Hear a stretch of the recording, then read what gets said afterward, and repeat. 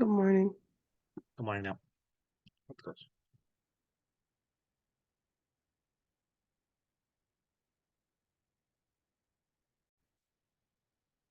Okay, good.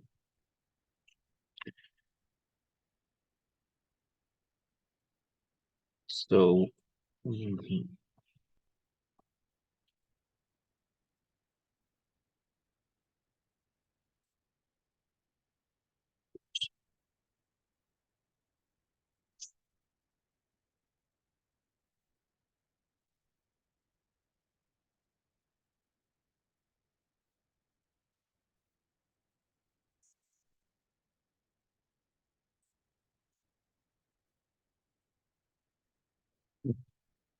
okay, let's see. Yesterday I was, okay,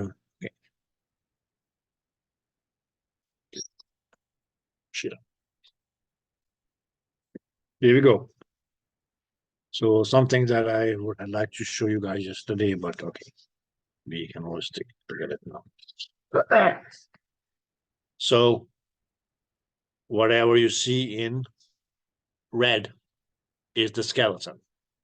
So we say it's okay, appendicular skeleton. We're going to talk about this for today, okay? But the bones of your upper extremity, and we can say it's okay, the pectoral girdle, and the bones of your lower extremity and your pelvic bones. Great. Where this is your axial skeleton, cranium and face. We talk about the vertebral column, and you see the sacrum and coccyx, as I mentioned, are a part of your axial skeleton. Although it's okay, it forms the posterior wall of the or the posterior boundary of your pelvic cavity. But as far as being bones, they are not pelvic bones, they are vertebral bones. Okay, and then the rib, and okay, is your chest bone. Okay, so that's going to be okay. So whatever is in red here, or burgundy, or whatever you want to call it, is the appendicular skeleton. Whatever is in purple, burgundy, or red color here is the axial skeleton. Okay, guys.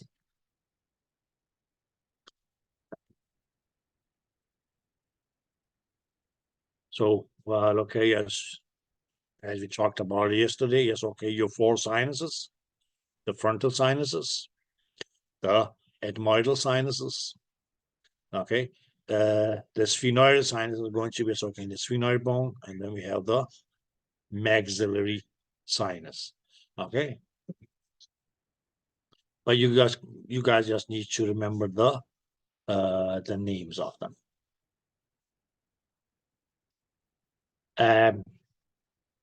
If you're still not, the frontal bone, your parietal bone, occipital bone, the temporal bone, the sphenoidal bone, nasal bone, the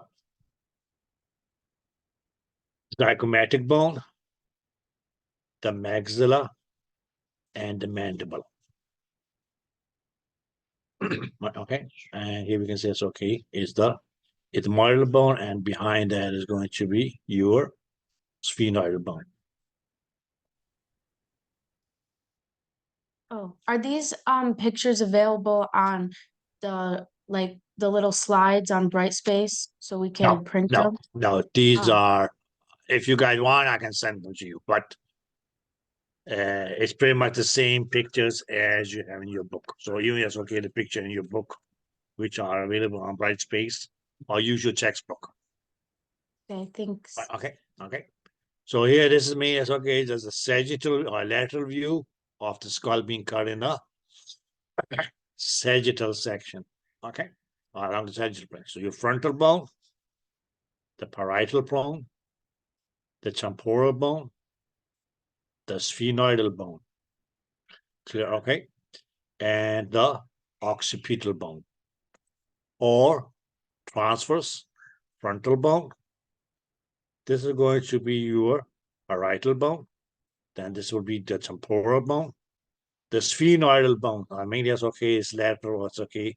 It's outer wing, as I said yesterday, was going to be, it's okay here and here. And then you see the occipital bone. Okay, and in the center of the, okay, not in the center, but in the occipital bone, we have what we call the foramen magnum. And that's going to mean, yes, okay, be where it's okay, your brain connects to the spinal cord. Did that make sense?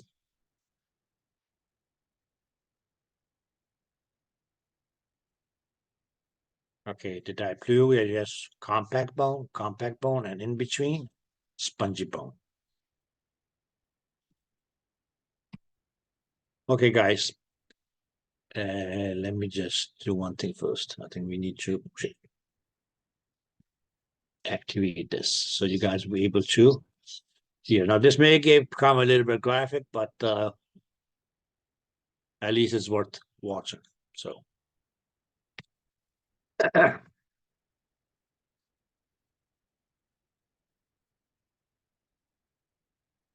okay.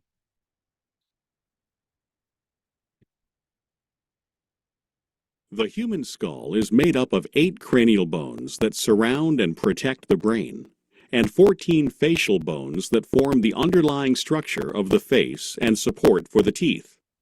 With the exception of the mandible, the bones of the skull articulate with each other through joints known as sutures.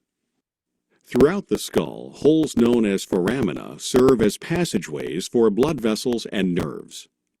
Bones on the surface of the skull encase the brain, protect sensory organs, and serve as attachment sites for the muscles of the head and neck.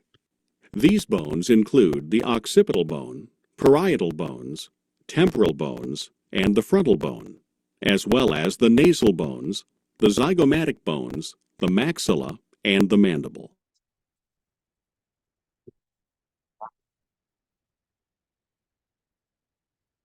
The sphenoid bone makes up the anterior base of the cranium. It is a butterfly-shaped bone with a central body and 2 pair of laterally projecting wings. These wings form portions of the orbit. The body of the sphenoid features a depression known as the sella turcica, which houses the pituitary gland. Located between the orbits, the ethmoid bone makes up a portion of the cranial floor and also the roof of the nasal cavity. An inferior projection, the perpendicular plate of the ethmoid bone, forms part of the nasal septum. The crista galli projects superiorly from the ethmoid bone and serves as the attachment point for the falx cerebri, a dural fold.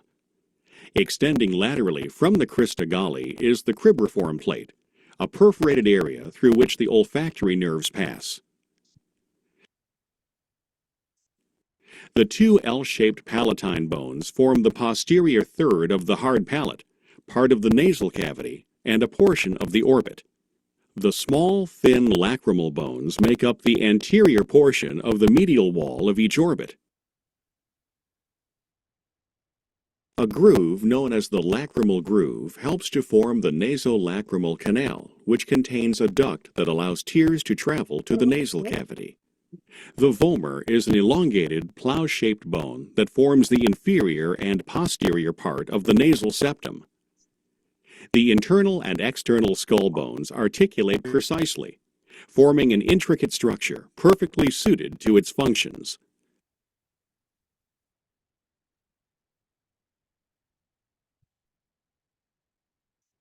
Okay, so some of the bones that we weren't able to see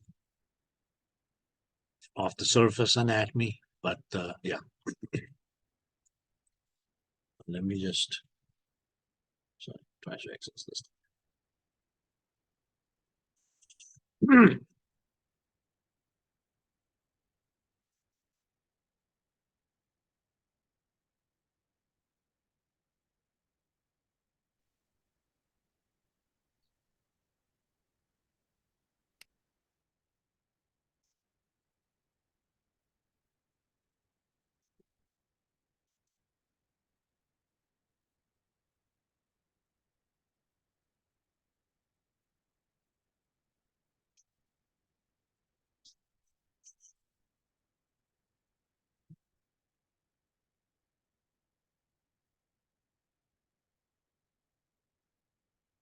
Okay, guys. So let's see what's next.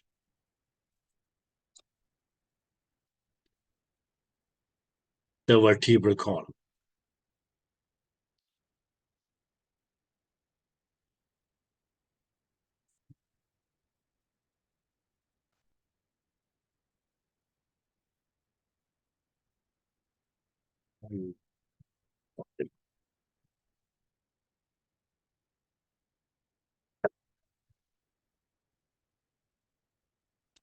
So guys, please keep in mind we are still at the axial skeleton. So we can say, okay, the vertebral column, which is going to be made up of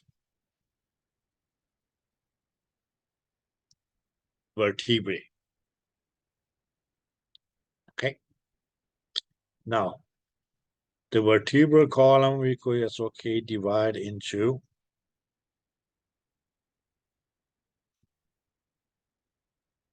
five bigger or smaller regions.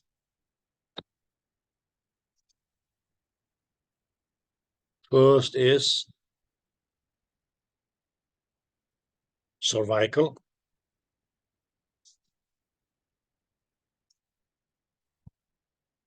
Thoracic.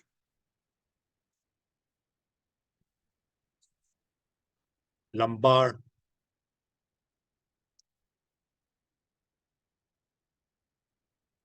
Sacral. And coccygeal.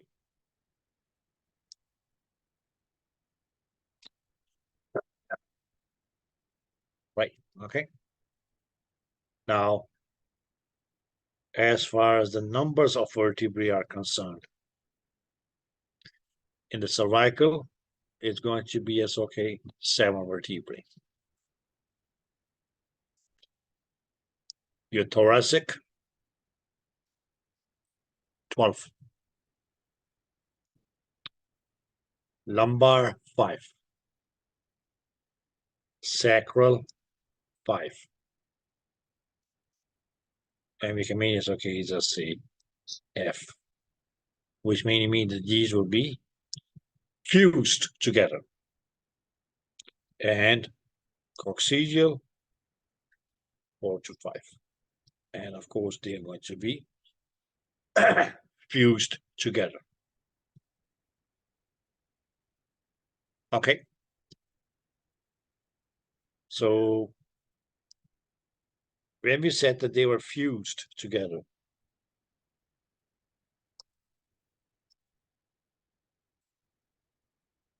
mainly makes them completely immobile.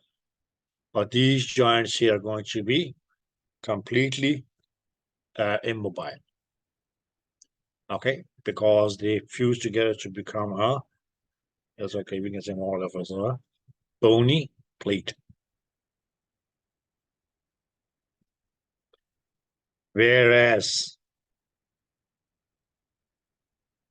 the cervical vertebrae, the thoracic vertebrae, and the lumbar vertebrae, yes, in between them is this. Okay, now these joints are all going to be, let's just write over here, mobile. Okay, but that mobility is going to be limited, not as freely mobile as other joints that we were talking about. Okay, so these joints here are going to have a limited mobility. Okay, guys. Now, since they are having a limited mobility versus immobile, that's going to be that's going to be because that's in between, you can say a vertebra and a vertebra is going to be a disc of cartilage.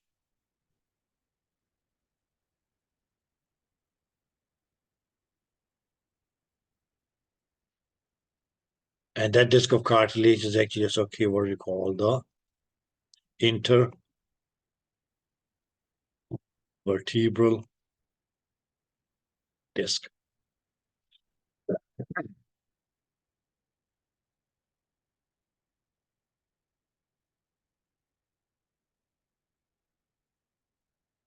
Did you guys get that? Okay. And that intervertebral disc is actually as okay found, or actually as okay, we see that between as okay what we can call as okay the body of the vertebra. So this area here is okay, that's going to be the body of the vertebra. Right. Now posterior to the body of the vertebra is going to be as okay what we call the spinal canal or spinal cavity. Okay, where we are both sides of this okay the body of vertebra, or we just look at it from the top, we can see if this here is okay was the body of a vertebra. Now on both sides what we have is what we can call as okay lateral processes or lateral spines.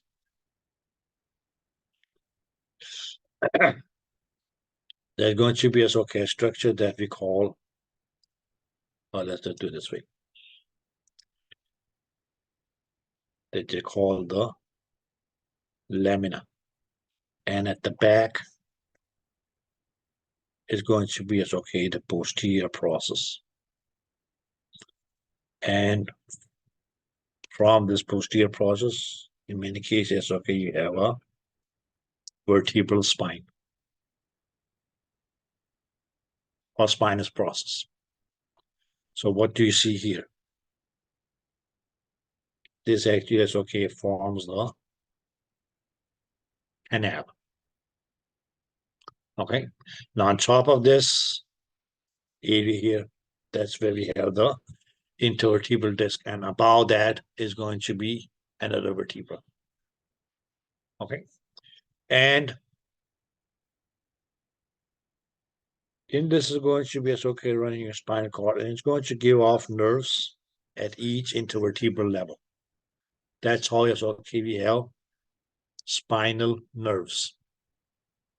Okay, so these nerves that okay springs off the spinal cord at the level between each vertebra is going to be referred to as spinal nerves.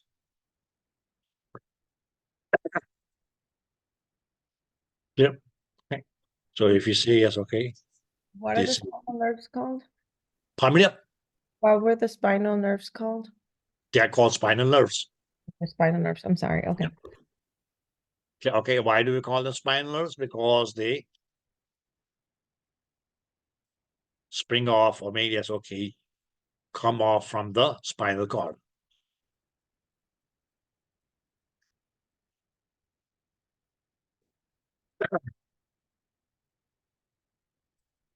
Did that make sense? Okay, so for these three types of vertebrae, cervical vertebrae, thoracic vertebrae, and lumbar vertebrae, they are going to, as okay, be mobile, but please keep in mind that mobility is going to be limited. Not as freely mobile as, say, is okay, the bones in your wrist joint or your shoulder joint and elbow joint and so on. So, right, okay. So that's okay. They have mobility, but that mobility is going to be limited. Right. Contra to, yes, okay, your sacral bones and coccygeal bones are fused together into, yes, okay, more or less, okay, a bony plate, or it may as okay appear as to be one bone, but actually that's okay. The coxsacral is made up of 5 separate individual bones, but which means okay just fused together. And since they're fused together, just like the sutures in your skull, makes them completely immobile. Did you guys get that?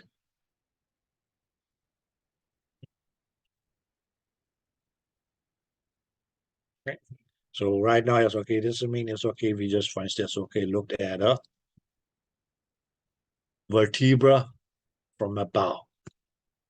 So anterior is going to be okay, the body, the lateral processes. Then we have the lamina. Then we have okay, a posterior process, and okay, the spinous process. So yes, okay. You may run your hand or finger down, yes, okay, in the middle of the back. And okay, yes. Shit, sorry, that was not what I meant to do. So this is mainly yes, okay, going to be yes, okay, what you will feel.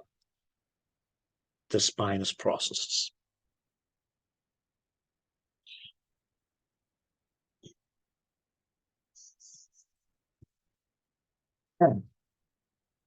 Is that clear?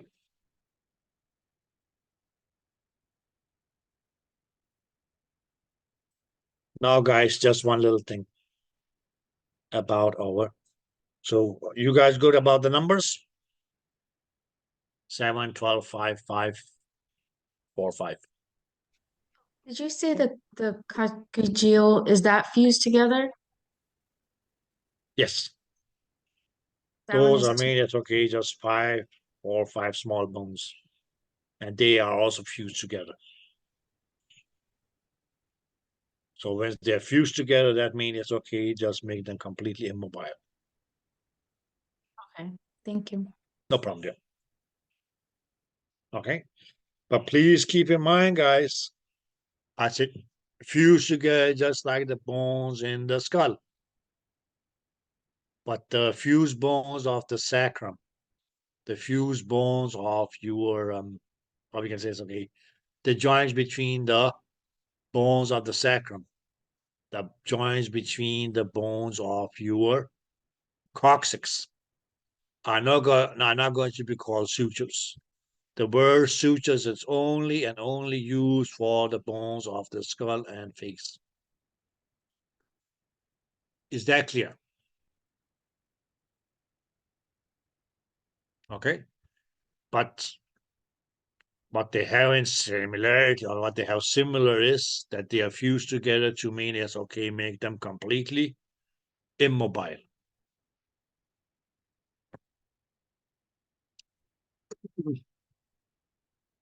Capiche? Good.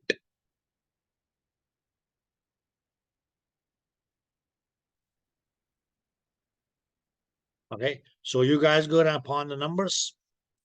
7, 12, 5, 5, 5.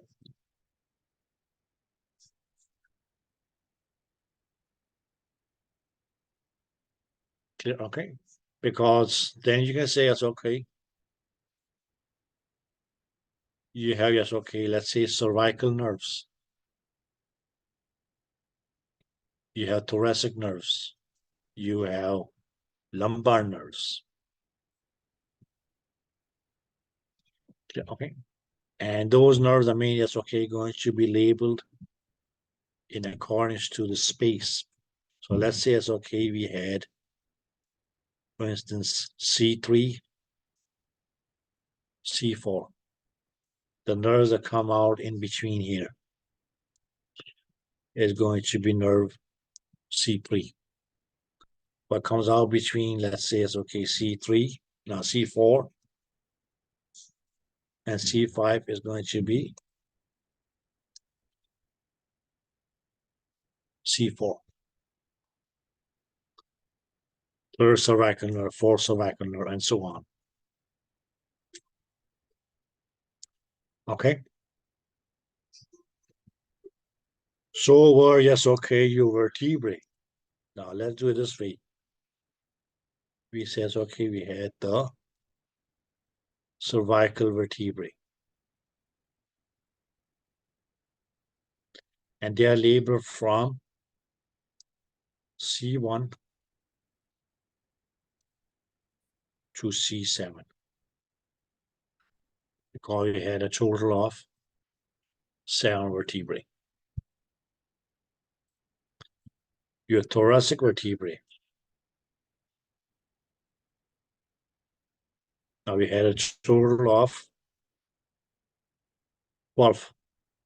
But they were going to be labeled from T1 to T12. We had the lumbar vertebrae. And they're going to be labeled from L1 to L5. Then we had, okay, as the sacral vertebrae. They're going to be labeled as S1, 2, or S5.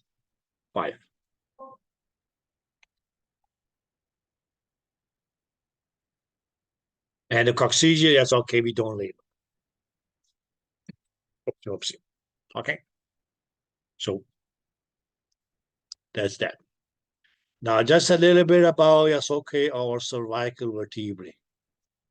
Let's say not all of them, but mainly it's okay, just the first two. So when we say it's okay, cervical vertebra, C1. Now C1 is also known as atlas.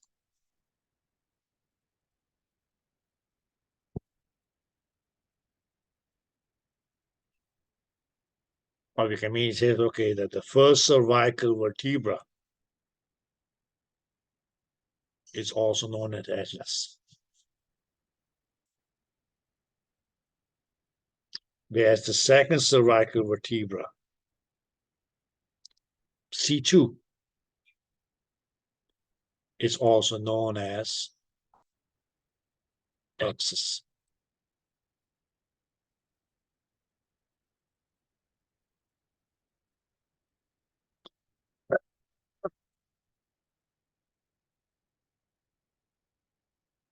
Is that clear?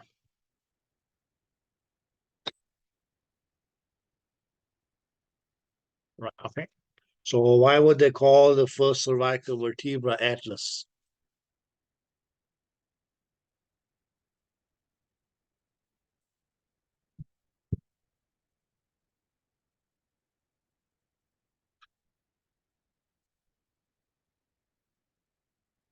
Now, unfortunately, nowadays, people don't use the word atlas anymore.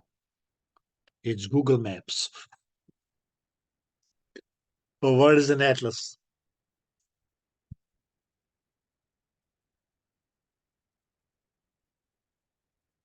It's like a map.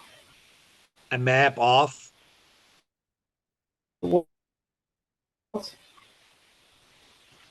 Right. a map of what, dear? The world. The world. Okay. Okay, so what is the shape of the world? Oops. Round. Round. Good. Now what's the shape of the skull? Round. Round. So here is okay, back in the gray is okay. In the days, the Greeks still believed that the world was round. Now their belief is that there actually is a god who carries the globe on his shoulder.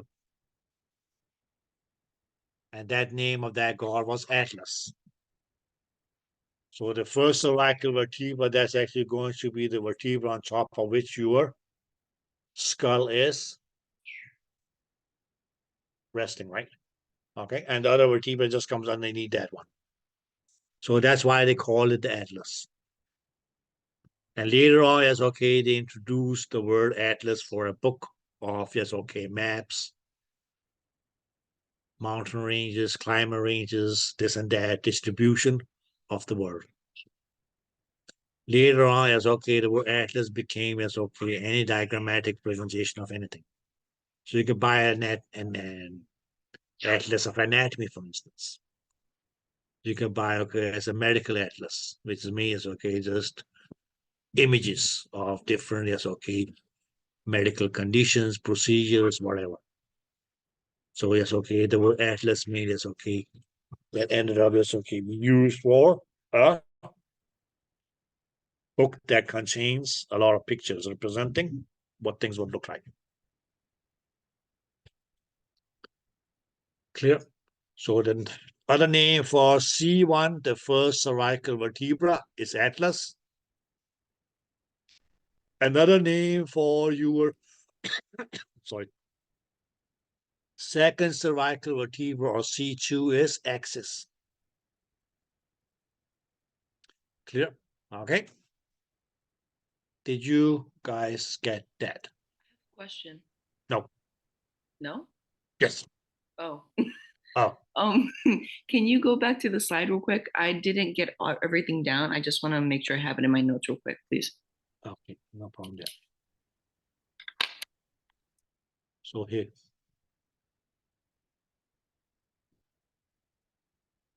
Yeah, okay. So we can still say, okay, we have a total of 7, we have a total of 12, we have a total of 5, we have a total of 5. Thank you. No problem. Okay. So later on, you will hear me as okay, referring to as okay. This thing happens at the level of T4. Now, what the blue would I then mean by T4? At the level of the fourth thoracic vertebra. Such and such happens as okay, occurs at the level of T12. Such and such happens at the level of L1. Such and such happens at the level of L4. So and so. Okay, so this is going to be as okay, we can say it's okay, important anatomical landmarks. Okay, when referring to as okay, what may happen to different structures in the body. Any questions? Okay, so the first cervical vertebra, or what we said here, C1, also known as atlas. Second cervical vertebra, or you can mean is okay, just abbreviate that as C2, is also known as axis. Okay, guys. Now a bone that, we can say is okay, a type of bone,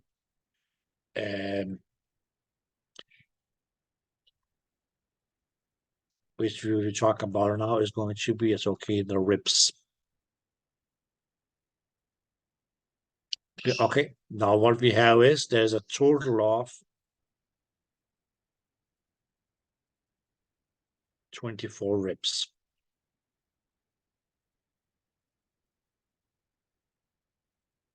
Okay, but these 24 ribs here are going to be in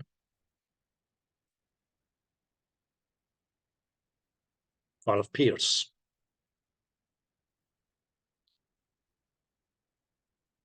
Just like if you guys remember, when we talked chromosomes, we said 46 chromosomes, but they were in 23 pairs. Clear? Okay.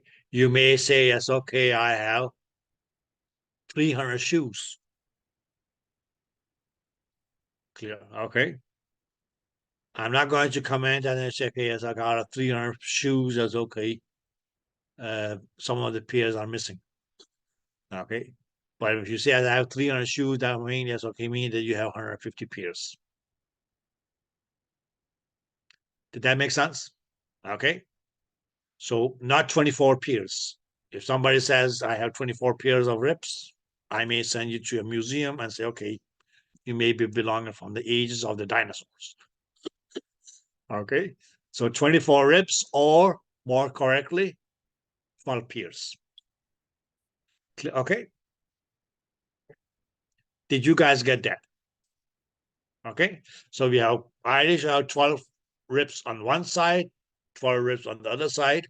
So that becomes 12 pairs. Okay. And they're going to be named from top and down.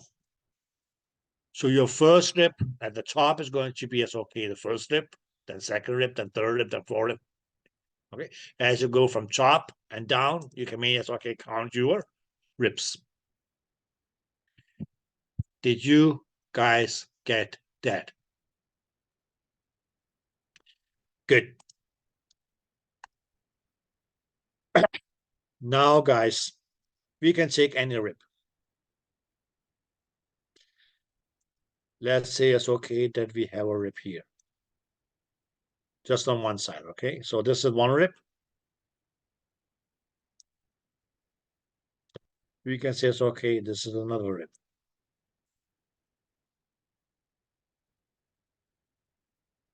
Did you guys get that? Okay. And in between these two ribs,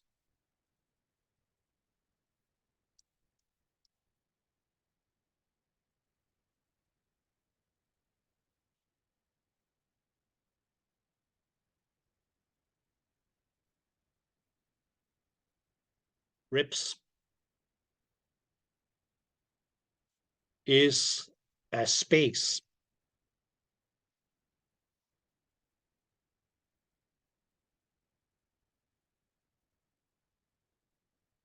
And this space is going to be called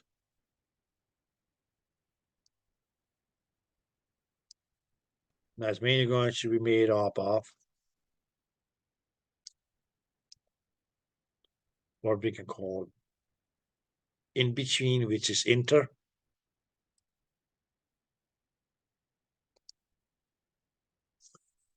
Ribs, or rib, or pertaining to rib. Costal space.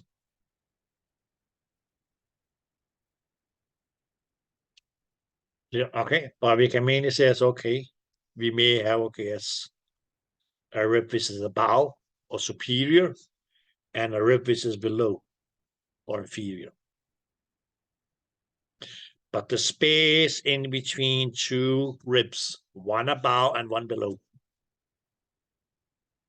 is known as an intercostal space. Did that make sense? Clear? So it's a rib above and a rib below. You can't say that the space between my, let's say it's okay, second rib on the right side and the second rib on the left side. This space here is not going to be an intercostal space.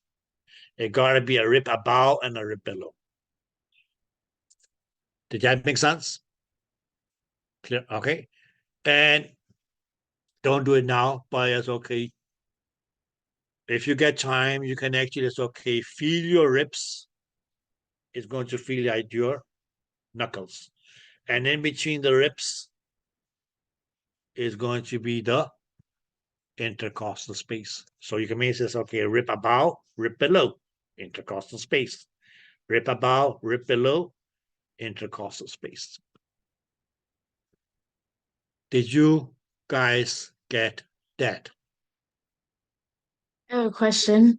Yes. So did you say there's 12 ribs Yes. and on your left and right side? You had 12 ribs on one side and 12 ribs on the other side, right? Yeah, on so left and right side. Yeah. So that makes it 12 pairs, right? Okay.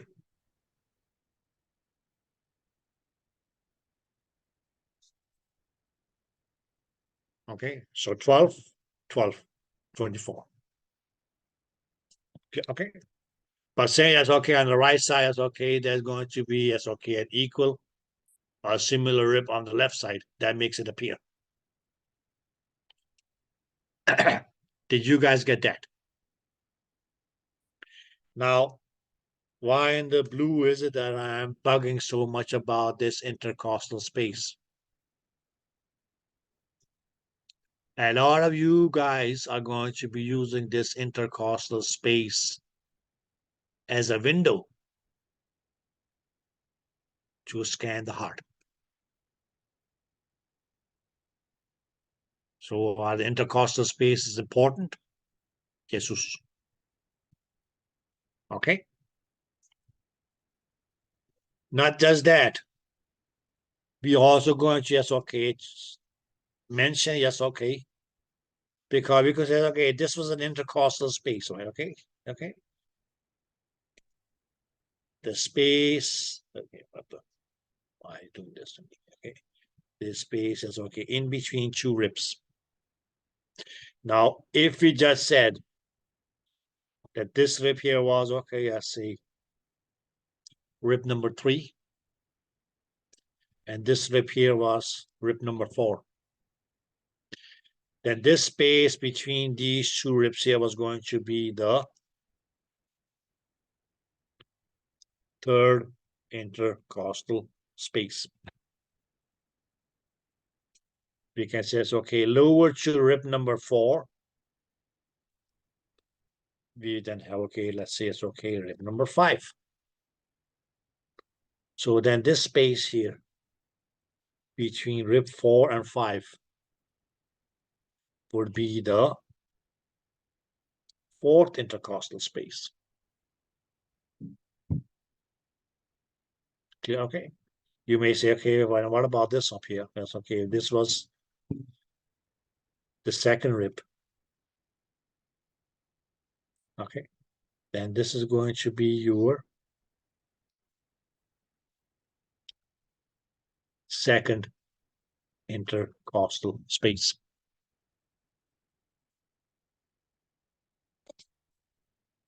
Did you guys get that? Clear? Okay. So what did that tell you? That your intercostal space is numbered. We just give it a number, right? In accordance to the rib that forms its upper border. Clear? Okay. And why? Mainly because, okay, if we went to the very first rib. Now your very first rib, well, okay, at the space about that rib is not going to be an intercostal space because that is the first rib. So first rib, no rib above it. But underneath it is going to be second rib. So that's okay. What did we say that an intercostal space was? The space between two ribs. So the space between your first rib and second rib is going to be the first intercostal space. Then it goes second rib and third rib, third and second intercostal space. Third rib and fourth rib, third intercostal space, and so on. Right, okay. Did that make sense? Okay. And it pretty much, okay, as goes like this. Rip, dip, rip, dip, rip, dip. You see first rip, first intercostal space. Second rip, second intercostal space. Third rip, third intercostal space. Okay. Because for intercostal space to be there, yes, okay, you will need to have a rib above and a rib below. And there's no rib above the first rib. That's why we call it the first rib. Clear? Okay. Did that make sense? Yes. Any questions? Okay.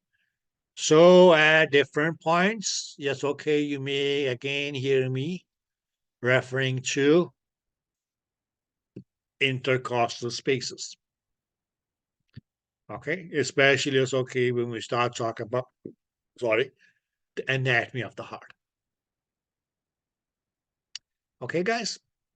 Okay, so when we talk of the anatomy of the heart, I will say, bump this intercostal space, bump this intercostal space.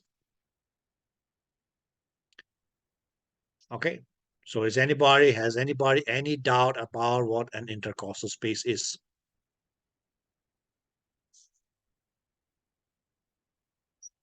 The space between two adjacent ribs, above and below. Okay. Good.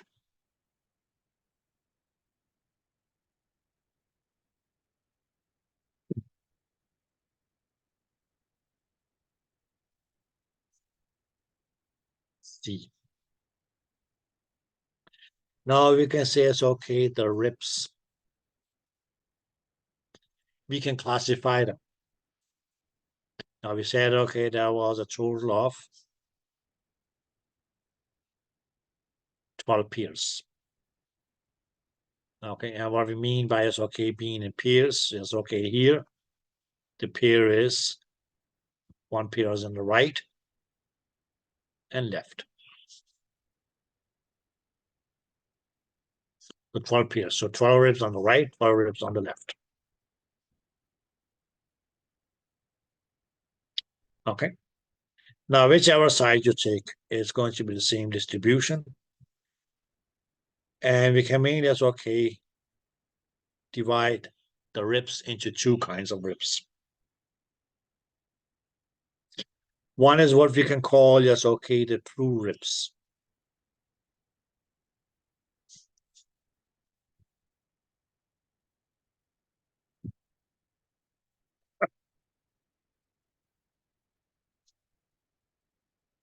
Is that clear? So it's going to, yes, okay, one kind of rib is going to be what we call the true ribs. And these actually is okay, are going to be as okay from rib 1 to rib 7. So your first 7 ribs are going to be considered true ribs.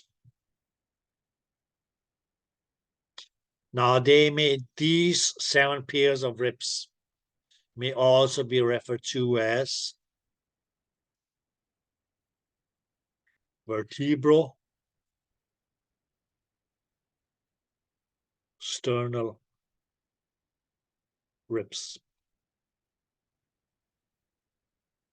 Okay. And why do we call them vertebral sternal ribs? Because if you look at these ribs,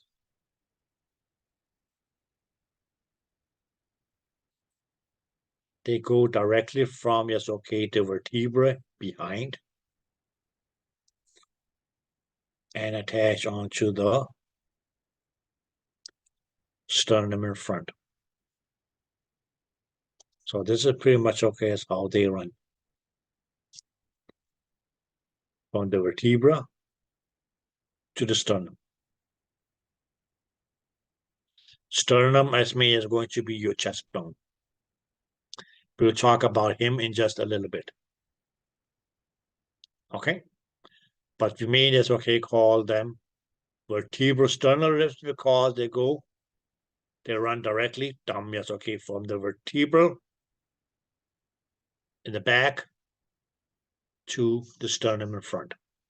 And we can mean that's okay, just go, yes, okay. First rib will go from T1. Second rib will go from T2.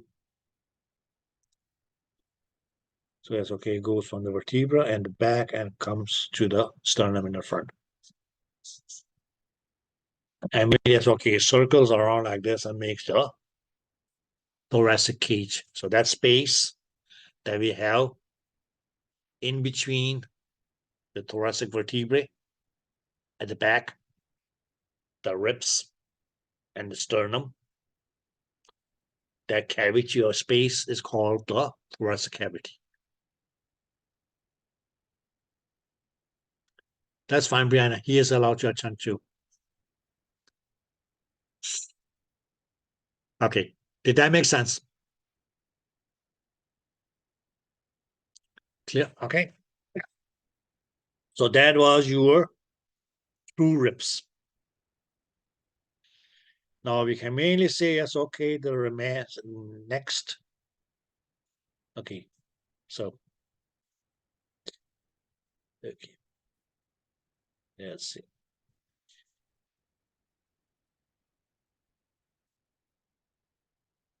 Next kind of ribs that we may have is going to be your fall ribs or false ribs. Now, false ribs mainly are going to be as okay, your ribs from rib 8 to 12.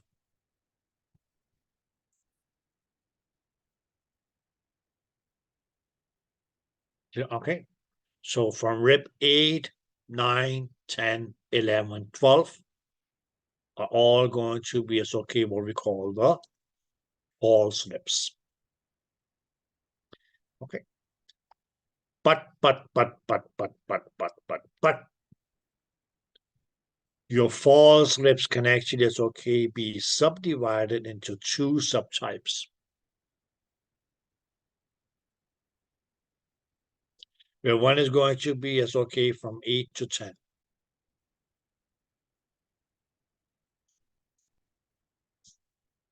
Okay, so 8, 9, and 10. Those ribs still are considered false ribs, but it's okay, subdivided. And we actually as okay will refer to these as the vertebral. Now you should already say it's okay, that's because, okay, just like any other rib, true rib, at one end it's okay are attached to the vertebral column. Or to is okay, the respected thoracic vertebra. Okay, but in the front, these ribs do not directly attach onto the sternum.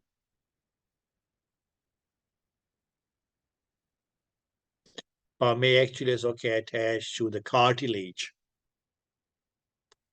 of yes okay the ribs above.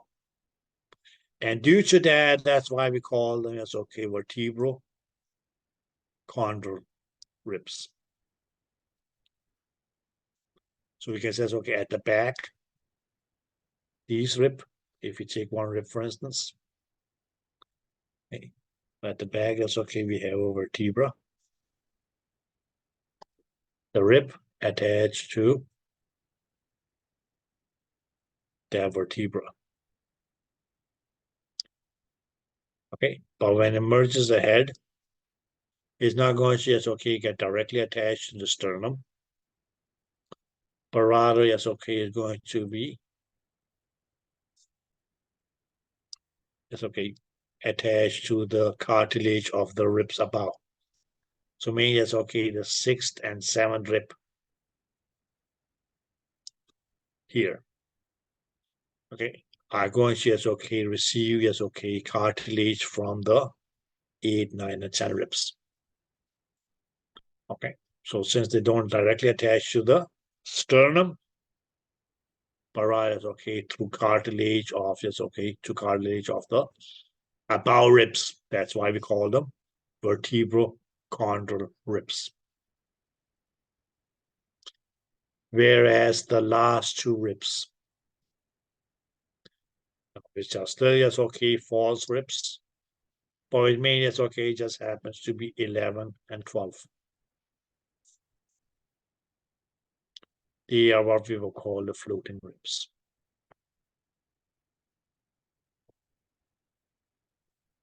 Yeah, okay. Now, floating doesn't mean that they float loose. Well, okay. Because it's okay to G11. Well, okay, you still have the 11th rib. 11 pair of ribs, right? Okay. To let's say it's okay G12. You still have yes, okay, the 12 ribs attached. Okay. But the other end of these ribs here, you can say this end and this end here is not going to be attached to anything. So that's mainly as okay why this is called them being floating. Okay. So how many ribs did we have? We have a total of 24 ribs, but more correctly arranged in 12 pairs. Okay. Where the first 7 pairs was what we could call it, okay, the true ribs. Those first 7 pairs known as the true ribs are also called the vertebral sternal ribs. Why? Mainly because, okay, they start from the vertebra and attach to the sternum or the chest bone. Okay. The remaining is, okay, 5 pair of ribs are going to be the false ribs, but we still could as okay be subdivided into vertebral condyle ribs, which is 8, 9, and 10th pair, where the last two pairs, 11 and 12, are the floating ribs.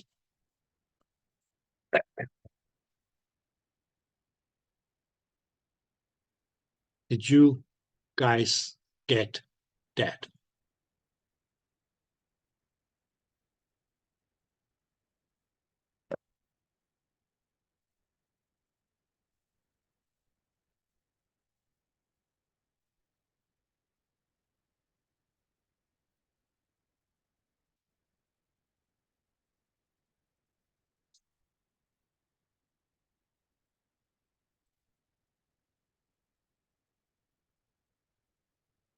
Yes. Any questions, guys?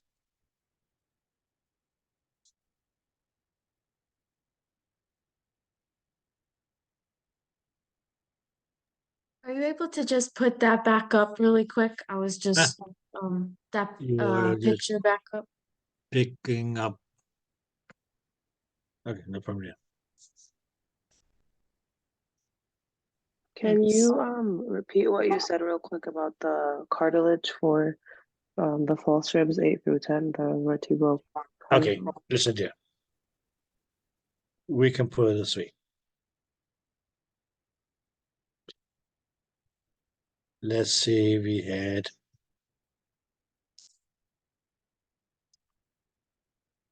let's say it's okay. This is sternum. Let's say that this is our 7th rib.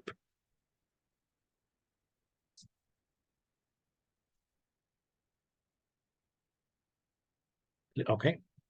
Now, not just the 7th rib, but just okay. Pretty much okay. The last part of all of your ribs, pretty much okay, is still going to be made up of cartilage. Now, when for instance, okay, say at the 8th rib. Okay, now at the back, yes, okay, it comes off from your vertebra. But here, it's not going to, yes, okay, 8th rib is not going to be directly attached onto the sternum. But mean, yes, okay, will attach to the cartilage of the 7th rib. So we'll for instance, okay, the 9th rib will be attached like this. Okay, so mainly because they, yes, okay, attach to the cartilage of the 7th rib and not directly onto the sternum. That's why we call them the vertebral condyle ribs.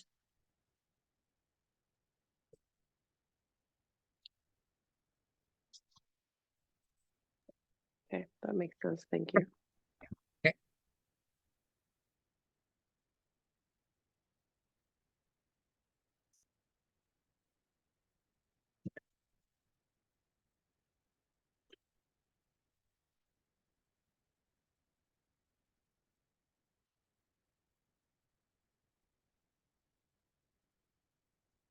Okay, guys.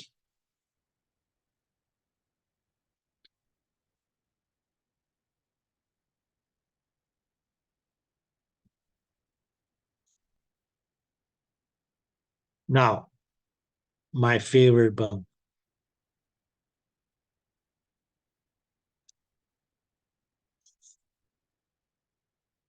And what is my favorite bone?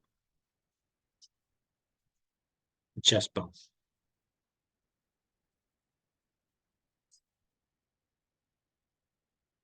Oh, sorry, not manubrium. Sorry, I went too far. Sternum, which we also can call as okay, the chest bone.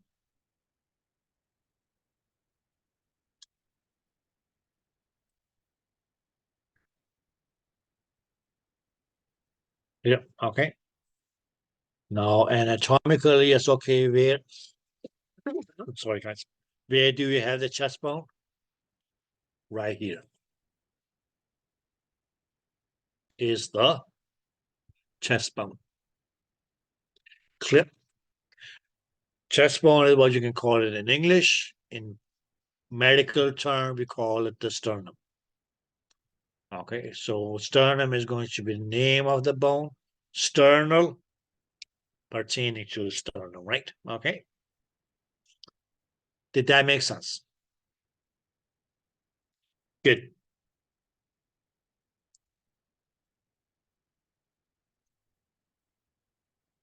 And we can mainly say that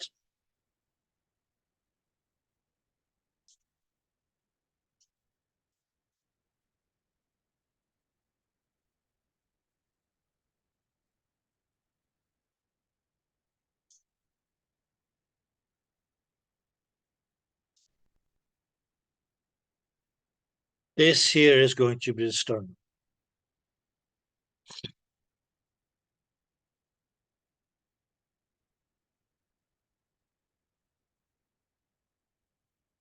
Or your chest bone.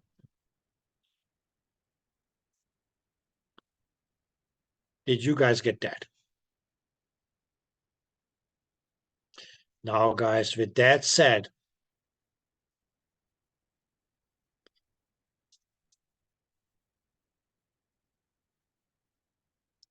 the sternum can actually, as okay, be divided into 3 parts.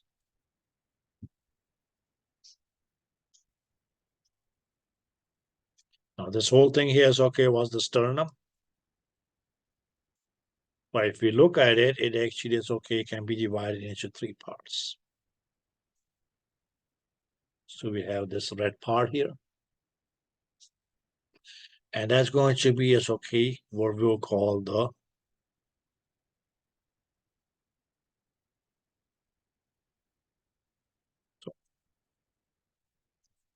manubrium. So the top part of your sternum is called the manubrium.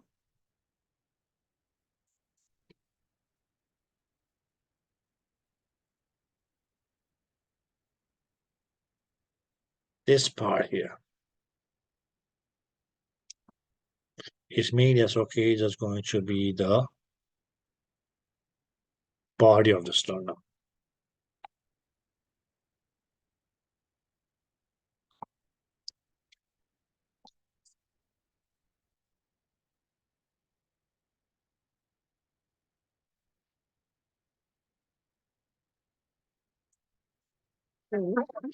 Okay.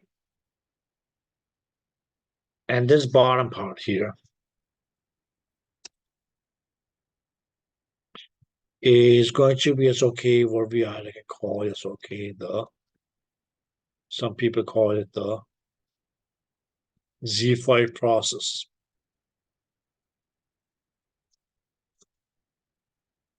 And when they go xiphoid process, it's going to be as okay, the xiphoid process of the sternum. But even if you just say it's okay, the xiphoid process, that's going to be good enough. Some people may not like saying it's okay, the xiphoid process or the xiphoid process of sternum, and that's why they make it a little bit more tricky. And it's going to be it's okay, the xiphi sternum.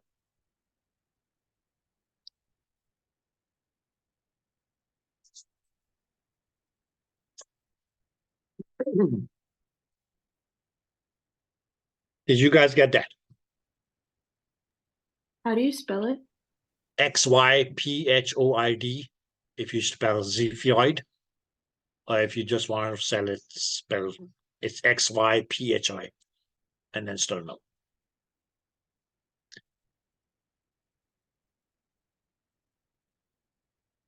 X as in xylophone or X-ray.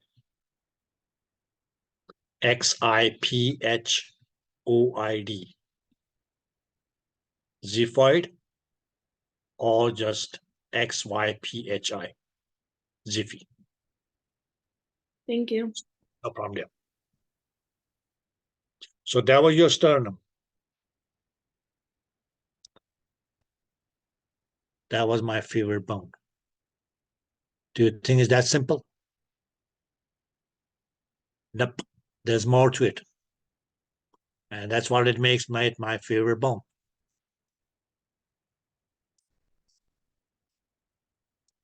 Besides the 205 other bones. Good. Because, okay, guys, what we actually is okay, will have attached here or here is going to be as okay your clavicle, or what you also can call is okay the collarbone.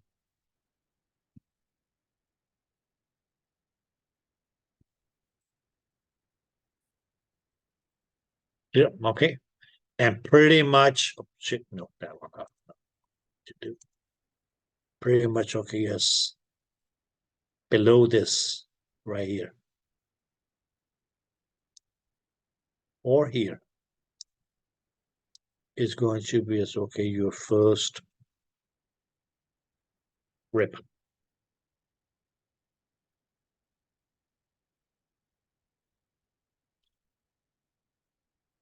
But what that mainly just does is that we have this dip here. And that's why I say it's okay, as you study anatomy, it's okay, you should be using these things here on yourself. I'll call somebody in your household and say, okay, let me just study your anatomy. So guys, if you place your finger right here, okay, this is the top of your manubrium. And what you actually feel on either side is the clavicle, collarbone. So we have actually, it's okay, we have this dip, or what we actually will call a dip like this is going to be, it's okay, a notch. So this here actually is going to be notch. Okay. But this notch here is named in accordance to its okay, where it's present at. And that's going to be as okay. Supra, which just means it's okay, above, on top of.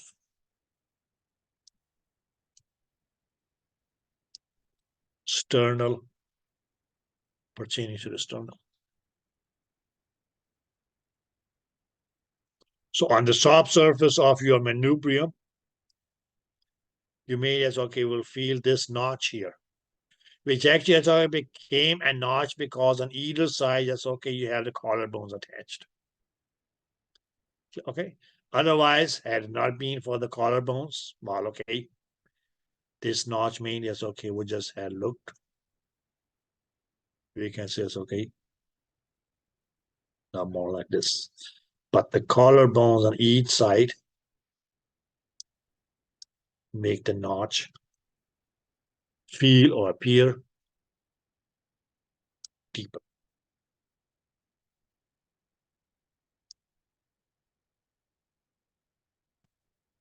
Yeah, okay. So right here, that's your suprasternal notch. If you place your fingers like this, on either side, you mean it's okay, will feel the medial sides of your clavicles attached onto the sternum. And this surface of your fingers actually is okay, will be up against the superior border of the sternum or manubrium. Did that make sense? Don't go too deep because what you have right here is going to be the trachea. So you may go like that. Okay? But just appreciate the anatomy. Any questions now?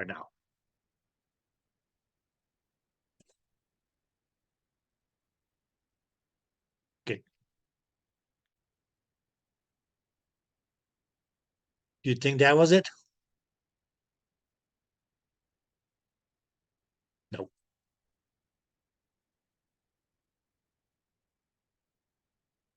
Because what we see here, guys,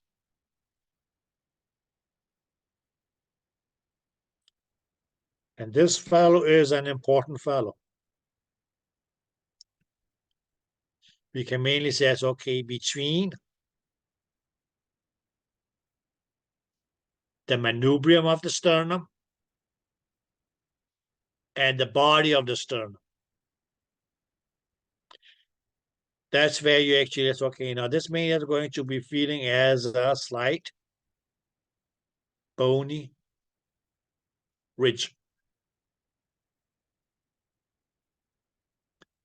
Now not to, that's okay. Promote stripping here. Okay. But pretty much okay, you just slide down and you may just okay come across a little bump. Okay. Those of you who may have a little bit more, it's okay, subcutaneous or adipose tissue here, it's okay, may have to press a little bit harder. But when you may, it's okay, slide down from your manubrium, probably it's okay, 2 or 2.5 fingers below the suprasternal notch. You will come across or you will feel a slight bony ridge. And this bony ridge here is made as okay, what you find between the manubrium and the body of the sternum. And that fellow here is okay, he goes by 2 names. They may call it the sternal angle.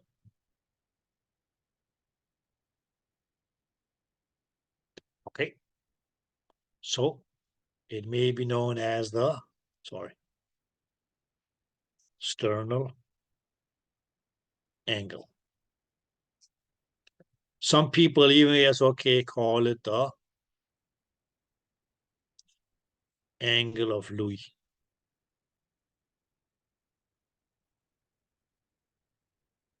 Louis. So the sternal angle can also be known as the angle of Louis. Clear? Okay. How does it feel like? It mainly is okay. It feels like a bony ridge. Where do you find it? Well, okay, it's mainly as okay found at the junction point between the manubrium of the sternum and the body of the sternum. And this sternal angle here is going to be as okay, very, very, very, very, very important of an anatomical landmark.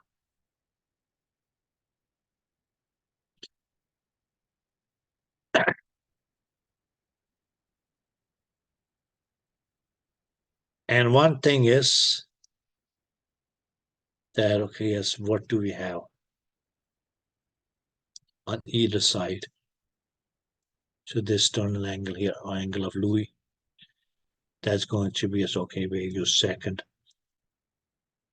rib is attached.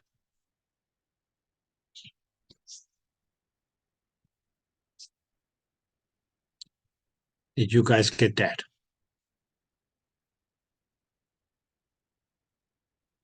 Okay.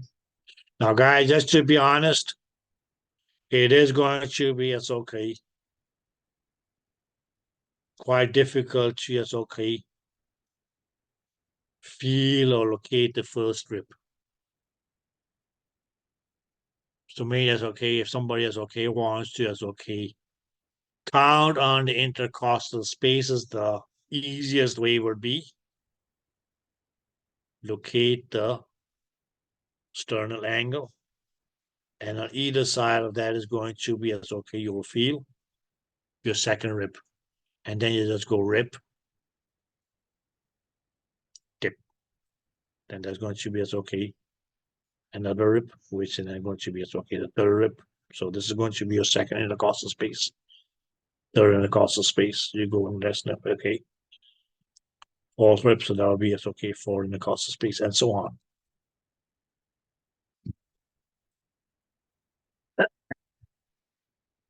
Did you guys get that?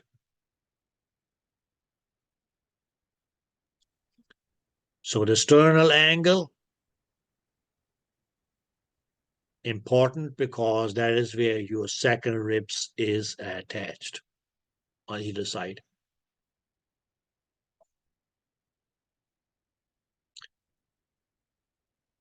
Did you guys get that? Okay, guys. Now this was from the front. This was from the front. Okay. But okay, let's just take a side view of a person.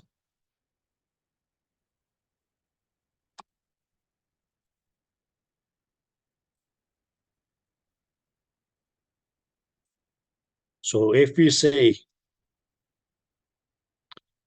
now let's put it this way. If this is the sternum, and we say, okay, this here is okay, was the manubrium. We said this here is okay, was your sternal angle. And what we know is that, okay, at this sternal angle, yes, okay, that's where it's okay. The second rib is going to be attached to in the front. Okay. What we mainly can say is okay that we have here is going to be as okay the thoracic cavity. Clear, okay. But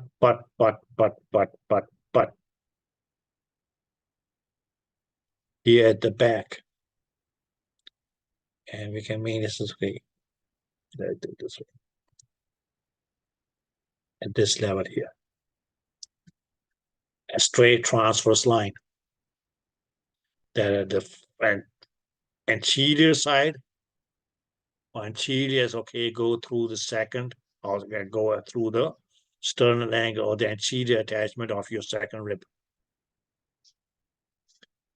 Back here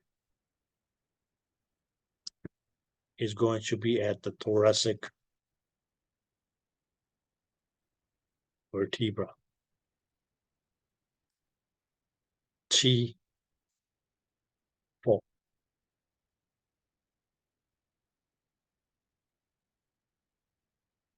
And that is mainly because that your ribs doesn't go, the ribs doesn't run straight like this. The ribs more or less run like this. So this was T4 or T2, for instance. Anteriorly is okay. It's going to be at a higher point. He says, okay, this will be 3, 4. Okay. But the level of T4 is going to be at the level of the sternal angle anteriorly.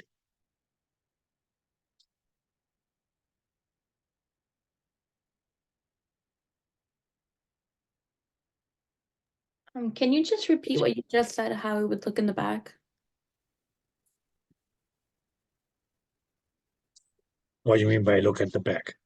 So you said anteriorly you would see T4. Exactly.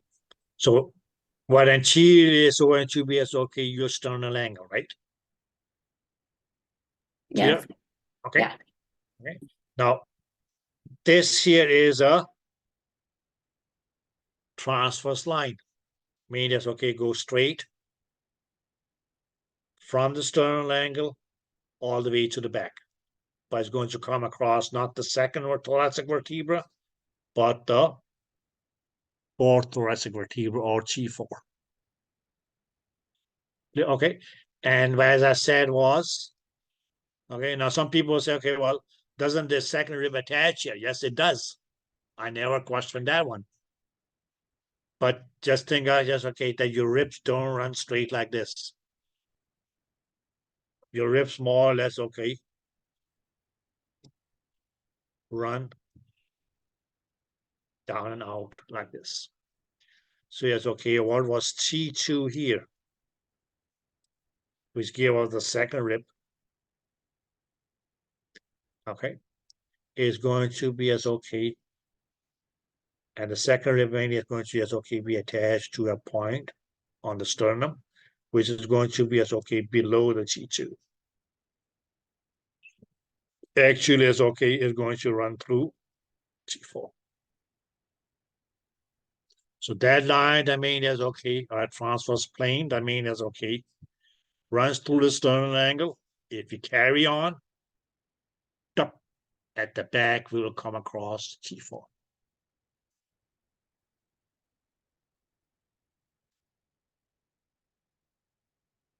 Did that make sense? Yes. Okay, you take a spear, you take anything, or you take that plate, or slide somebody at, and she is okay at the sternal angle, that's okay, where your second rib is attached, but you go straight round. At the back is going to cross through T4, the fourth thoracic vertebra.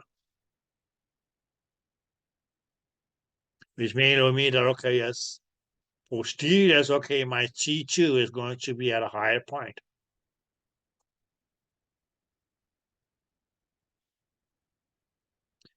Clear? Okay, so your ribs don't run straight like this. They go down and then come up. But they have a small decline and then, okay, slight incline. As they, of course, okay, also go like this. So they more go like this.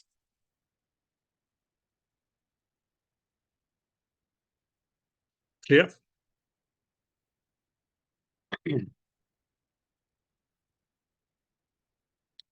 So, okay, let me see.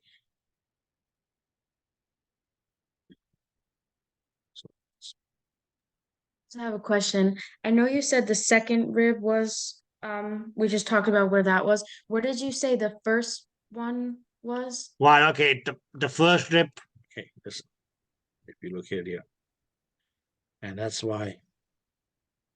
Okay.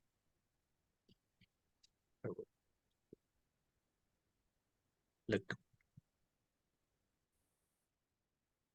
First strip, right underneath, yes, okay, where your clavicle is attached to the manubrium of the sternum, right there, is okay, that's where you find the first strip. Okay, but this is going to be as okay, it's going to be as okay, quite difficult to locate or be able to just okay palpate on a person. So that's why it's okay if you want just okay go with the intercostal spaces and things like that. The easiest way is locate your sternal ridge or sternal angle, sorry. And from there is okay on either side is going to be it's okay the second rib. And then you go rib, in between dip. Second intercostal space. Rib, dip. Third intercostal space, and so on. Did that make sense? Yes, thanks. Okay.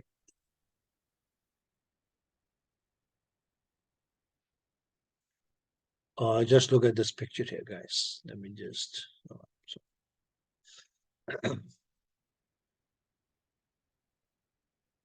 Okay, so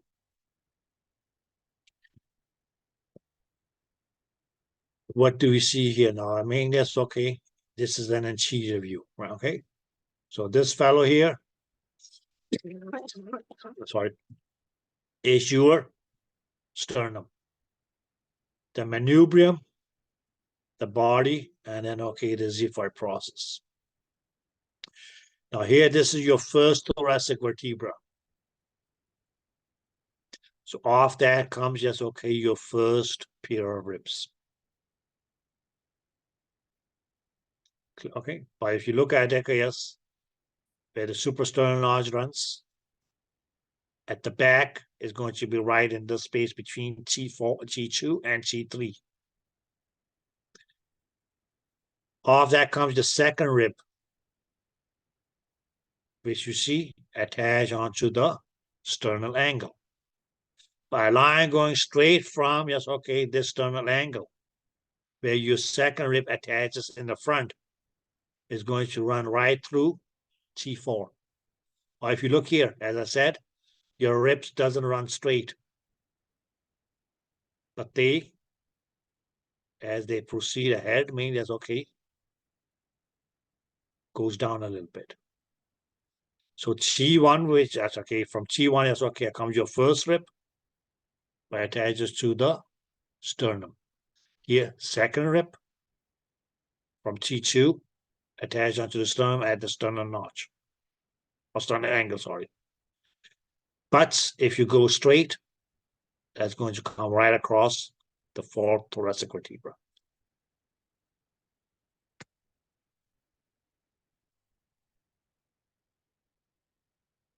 That makes sense. So just keep this here for reference to, yes, okay, when we talk about the blood vessels. Here. But you need to know for now, at least, if you guys are focused on your midterm, what are the parts of the sternum? Top part, manubrium, then the body, and then the xiphoid process or xiphisternum. Okay, what do we call the area where the manubriums join the body? It's called the sternal angle, or angle of Uncle Louis. Clear? Okay, what do we have attached to the sternal angle or the angle of Louis? It's going to be the second rib on both sides. Clear? Okay. But if you go from front right to the back, that's going to just okay be at the level of your fourth thoracic vertebra. So if you take your samurai sword or whatsoever and slide somebody right at the angle of Louis and go straight back, at the back is going to cut through at the level of the fourth thoracic vertebra. Did that make sense? And not the second thoracic vertebra.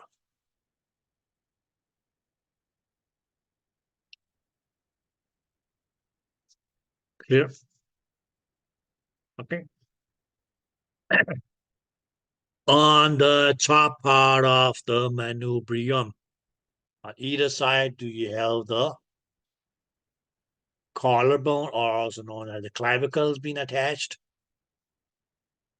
And right underneath that is going to be the first rib attached onto the sternum.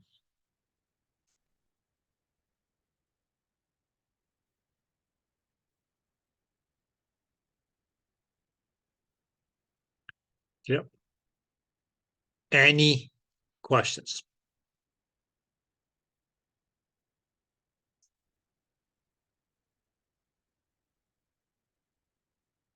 Now, ladies and the gentlemen, that was pretty much okay, all that I could offer for the axial skeleton. That was your axial skeleton. So what did we have in the axial skeleton? The cranium or skull, the face, the ear ossicles, as we call them. We had the hide bone. Right, okay. We had the vertebral column, where we had the cervical vertebra, thoracic vertebra, lumbar vertebra, sacral vertebra, and coccygeal vertebrae. The numbers of how many? 7 cervical, 12 thoracic, 5 lumbar, 5 sacral, 4, 5 coccygeal. Cervical, thoracic, and lumbar are mobile, though limited, whereas the coccygeal and sacral are completely immobile because they are fused together. Just like the of your skull and face were fused together. Clear? Okay. Bones of the skull, frontal, parietal, sphenoidal, temporal, occipital. Okay. Bones of the face, nasal, maxillary, zygomatic, mandible, and then the deeper bones like vomer and so on and so on and so on. Okay. Here. Bones of the ear ossicle, stapes, incus, and malleus. Good. Okay. Your 4 paranasal sinuses. The frontal sinuses, maxillary sinus, ethmoidal sinus, and the sphenoidal sinus. So if you guys are able to just say that, you should be more than GOO.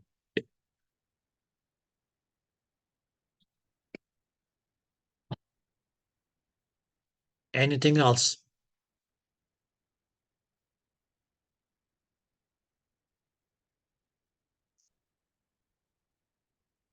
Nothing else? Okay, guys, then just take a short break, and when we come back, we will talk about our appendicular skeleton. Okay? So I guess I see you guys back in, should we say, 11? That's fine. Deal? Okay. Deal or no deal? I did the deal. Okay. I knew I had this picture, but okay. Let's see. I can just show you guys this one here. You guys can see this?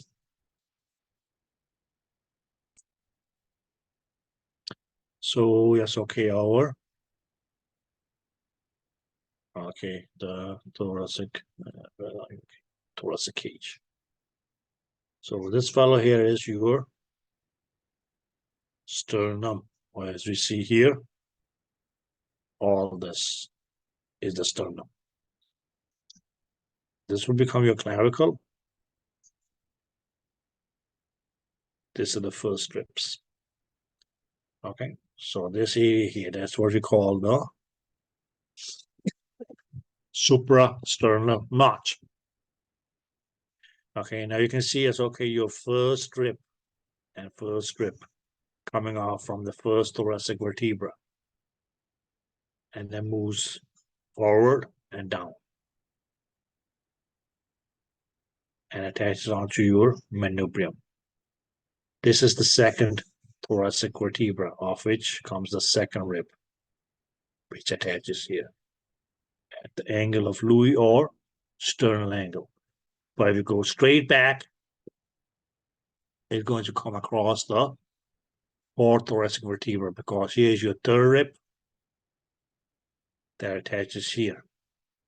So you see it comes up from here, but in front and attaches here. This is the fourth rib. So this will be as okay. If you go straight back, that will be as okay, your fourth thoracic vertebra. But this fourth rib is going to be attached here. Did you guys get that? Okay.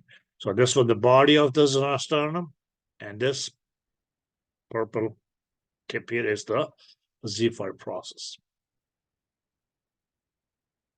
Yep. Okay. So yeah, I knew I had this picture, but okay, it just got okay. Yes. Okay, guys. As I said before going on break, this was what I had to offer for the axial skeleton. And now we're going to talk about the other part of the skeleton, which is going to be the appendicular skeleton, which we mainly will say is okay is going to be made up of first.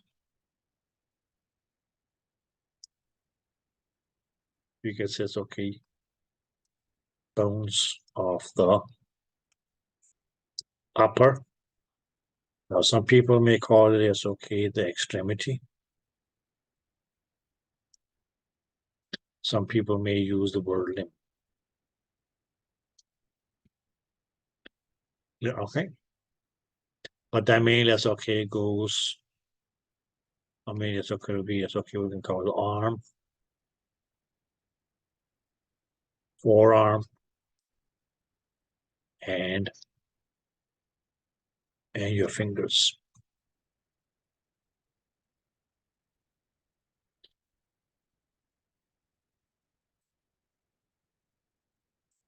Now this is going to be as okay attached to your greater skeleton or exoskeleton via the pectoral girdle, which is mainly as okay made up of two bones,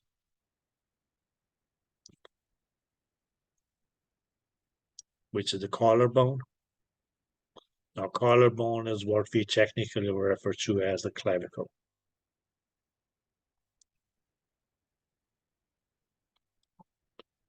The other bone in your pectoral girdle is going to be your shoulder blade.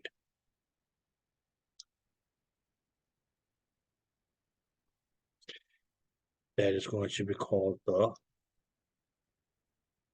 scapula.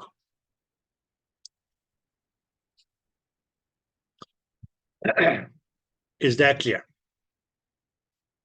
Now, ladies and the gentlemen, if you get a diagram, don't write collarbone, don't write shoulder blade. You'll be required to know these names. Okay.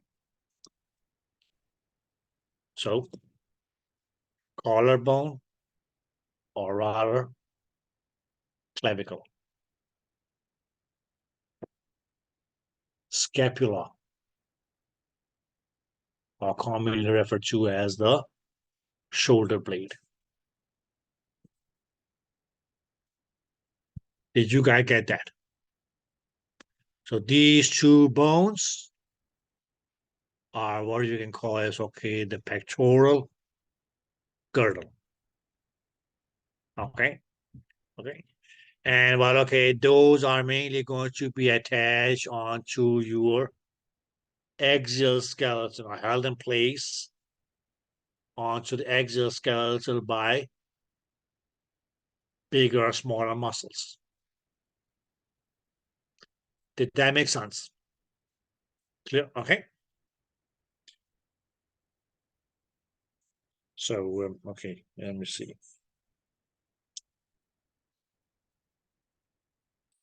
Okay.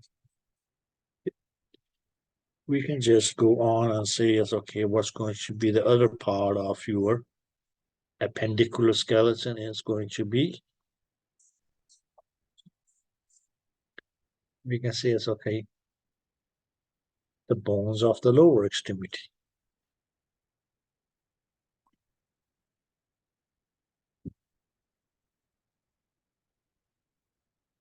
Or some people may call it the lower extremity. Some people call it okay, the lower limb. But that's me, it's okay going to be it's okay, your thigh. You can say it's okay, the shin. The ankle. The foot. And your toes. Also, okay, we just could say it's okay. Wrist. So that's going to be as okay, your bones of the upper extremity or upper limb. Okay. And we as well could say that, okay, these were attached onto the major skeleton or exoskeleton through what we call the pelvic girdle.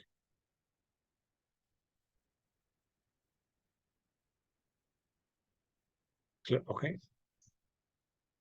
Which means, okay, was formed by the pelvic bones. Which will be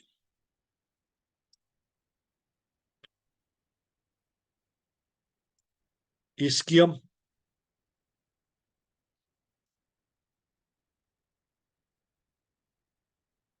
pubis,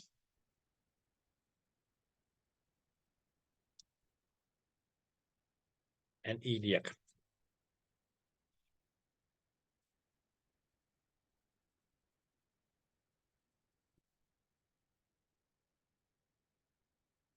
Okay, so we have 3 bones on the right side, 1 of each, and 3 bones on the left side, 1 of each. But they make up what you can call is, okay, the pelvic girdle, onto which, okay, as bones of your lower extremity or lower limb are going to be attached. So that makes up your appendicular skeleton. Does that say heart region on in blue on the top? Heart region? No, I don't see. It's the After- arm, the forearm, the wrist, the hand, and your fingers. Oh, I thought it said heart region. No, Okay. sorry. Okay, that's fine. Thanks for asking there. So what do you have? Your arm? Now, guys, I said that earlier. This is your arm. This will be your forearm. This will be your wrist. This will be your hand. And these will be your fingers.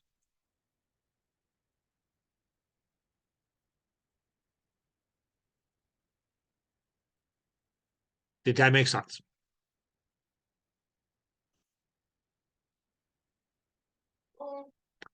Any questions now? So these were the regions, and let's just okay, now look at the bones.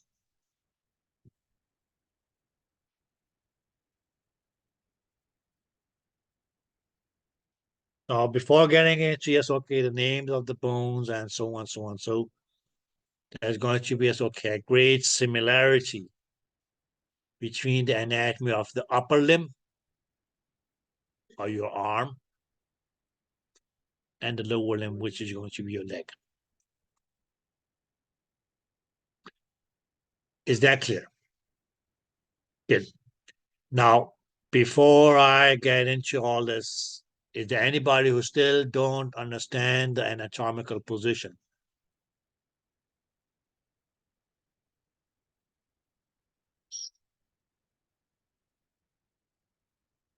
Good. My job was to ask.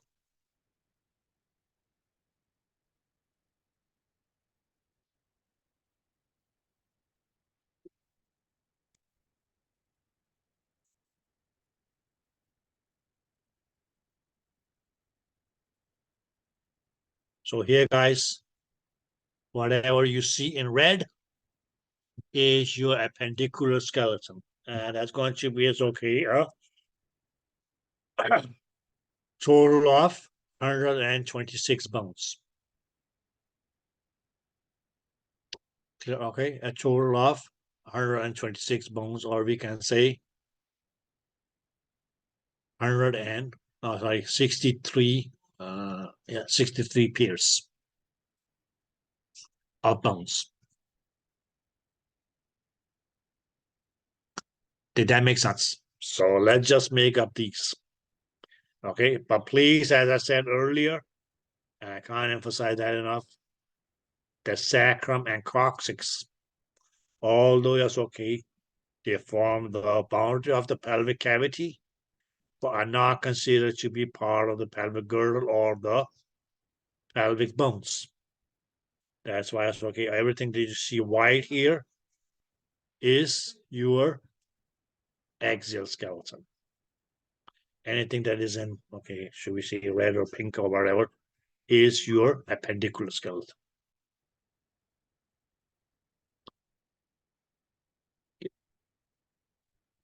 So let's just start from the top.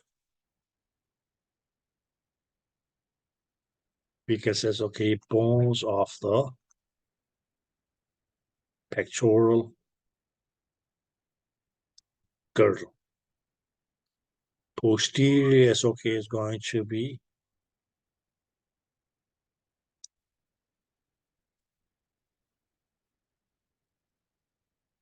your scapula. Okay. And other bone that's going to, yes, okay, make up the pectoral girdle is going to be the clavicle. Now, if you take the clavicle, for instance, you say this is the clavicle. Now, the lateral end, sorry, if this is the clavicle, lateral end of clavicle is attached onto scapula, or attaches to the scapula. Whereas what we know is that, okay, yes, the medial end of the clavicle that attaches onto the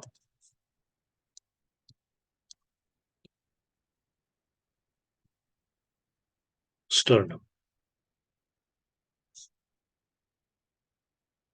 Yeah, okay.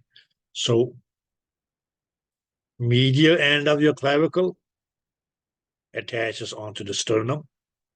The lateral end of the clavicle attaches onto the scapula or your shoulder blade. And it's actually going to be, okay, at this point here, that, okay, the bone of the upper arm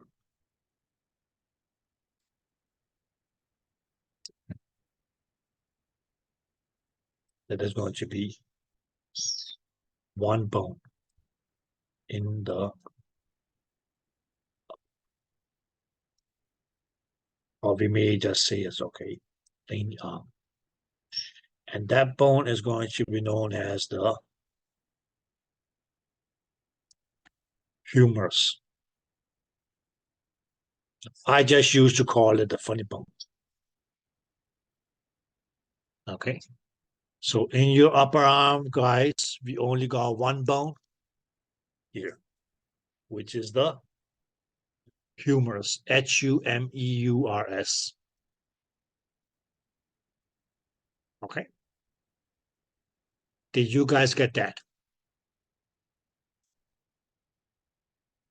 Or any doubts? Sorry, can you just go over one more time how how it was connected to the collarbone? Hey guys, this is how it goes.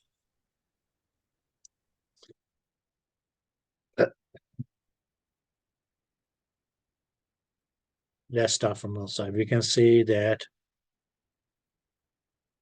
okay, the medial side of your collarbone. Now, why we will call it a medial? Because it's towards the center, or middle, is going to be attached onto the sternum. Clear? Your collarbone goes laterally,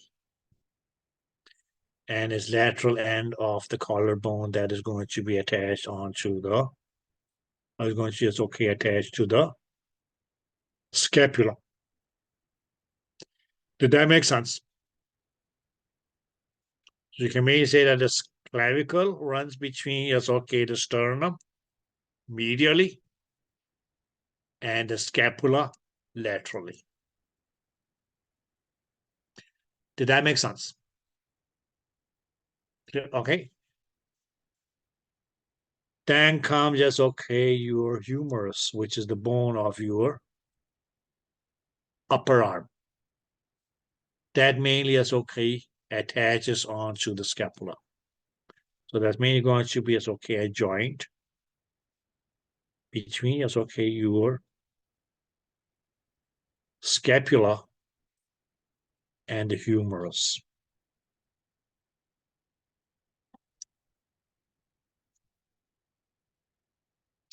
Did that make sense? Okay, this is what they as okay in English will call the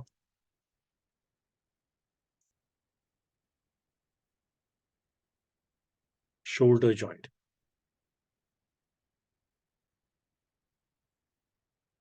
Clear? Well, what forms the shoulder joint is mainly as okay, just where your humerus is attached onto the scapula. Did that make sense? But in your upper arm, or what we as okay just may call the arm, there's only going to be one bone, and that bone is going to be the humerus. Now, my idea. Did I make myself clear there? Okay. So anterior medially is okay. So clavicle is attached onto the sternum. Just as we just saw on our slide. Here. If you look here, there. This here is your clavicle. So on the medial side, yes, okay, it was attached onto the sternum. Laterally, it's attached onto the scapula. And onto the scapula is going to be, okay, the bone of your upper arm, known as the humerus, is going to be attached. So this is what you'll call the shoulder joint. Okay, in English, we call it a shoulder joint. In anatomy, they call the glenoidohumeral joint. Now, don't worry about why we call it the glenoidohumeral joint. Okay.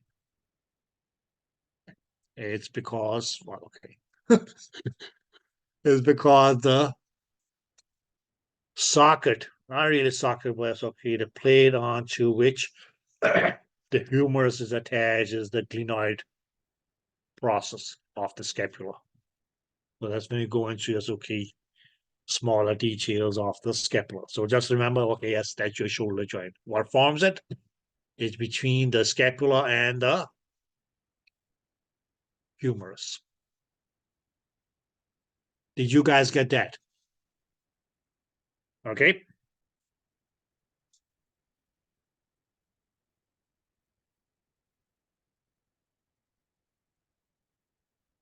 So just so everybody is on board,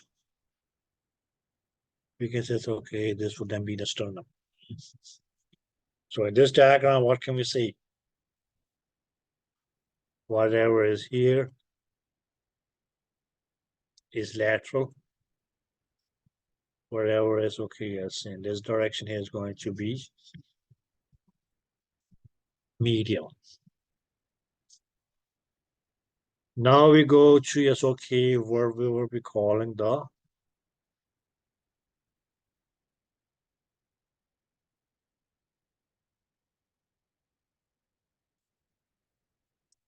forearm. Clear? And anatomically, guys, this was the upper arm. This becomes the forearm. Clear? So what can we see? Now in the forearm, and that's why it's okay, I put the lateral and medial. That's where we actually, it's okay, we'll have two bones. Okay. Now those two bones, well, okay. One is going to be as okay, a thin lateral bone. So that's going to be okay a lateral bone, and that is going to be okay what we will call the radius.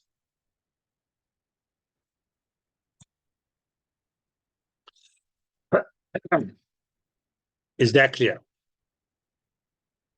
So it's okay in the forearm. It's okay. We had two bones. That was going to be okay. One which was going to be the radius, and if you look at it, it's going to be okay the lateral bone. Now, why do we call it? Why? How are we able to say that it's going to be a lateral bone? Because right now it's okay. The arm is hanging down the side. Okay, and we actually is okay. We'll have the palm facing forward. So that's how it's okay. This bone here comes at the. It's going to be run down on the lateral side of your forearm.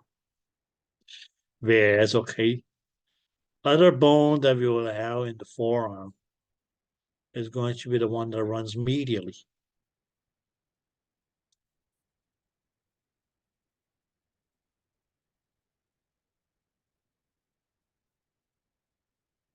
And that fellow is going to be okay what we call the ulna. ULNA. So that's going to be okay the medial bone of your forearm.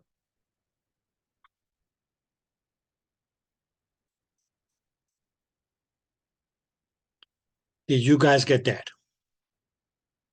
Yeah, we then just can say it's okay. What would this area then be? Now, okay, we can say that's just going to be it's okay what we can call it okay the elbow joint. Okay, which pretty much okay as it's formed between it's okay the ulna of the forearm and the humerus of the upper arm.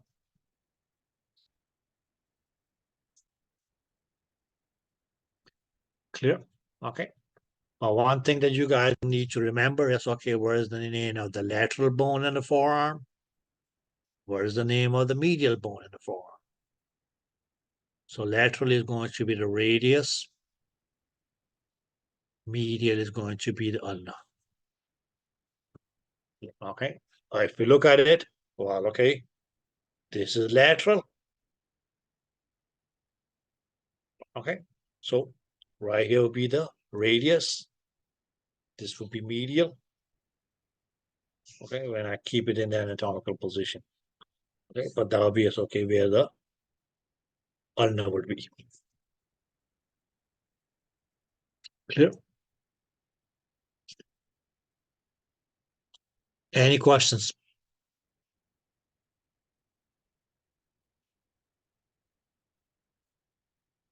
Good.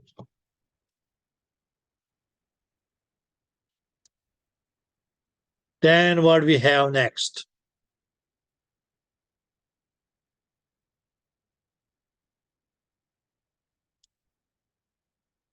is going to be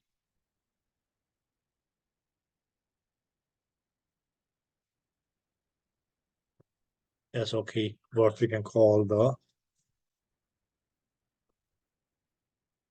carpal bones.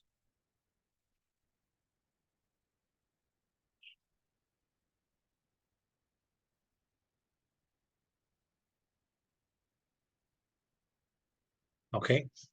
Now, guys, there's going to be okay a total of 8 carpal bones. Okay, but these are mainly okay. There's going to be okay. We can say okay the bones of the carpus or wrist. Now, when I say Hakuna Matata, that means that okay, there were 8 names here. Now, if I was to be an asshole, I could ask you guys to remember these 8 names. Not only this, which comes in the first row, which comes in the second row, which is going to be the medial ones, which is going to be the lateral ones. But I don't want to be an a-hole. So just remember that, okay, the bones in your wrist are referred to as the carpal bones. I'm not going to ask you guys to bother yourselves by remembering their individual names. Clear? So 8 names are out. Clear? Just remember this much, 8 carpal bones in each wrist.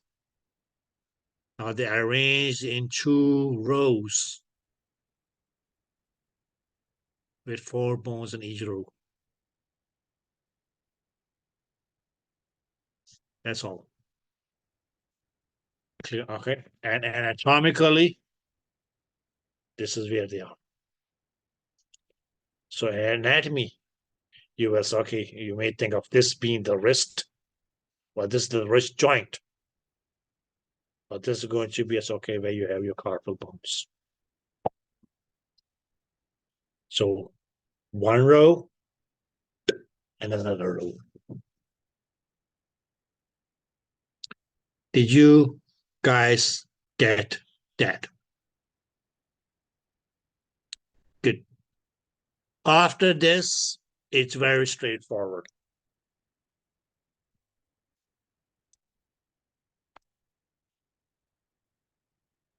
Because what we have, just choose this color here, that's fine. What we have beyond, or let's say it's distal to the carpal bones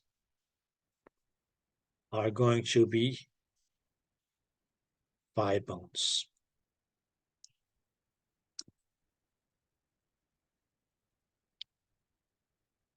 And these are going to be called the metacarpals.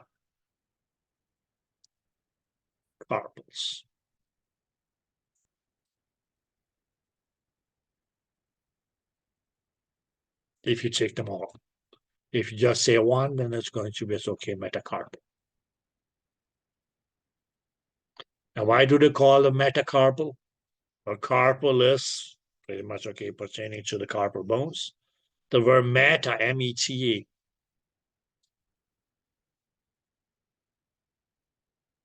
well, by meta here is we don't mean Facebook. Okay. What previously was known as Facebook is now. What's the new name for Facebook? Don't say that you don't have a Facebook account.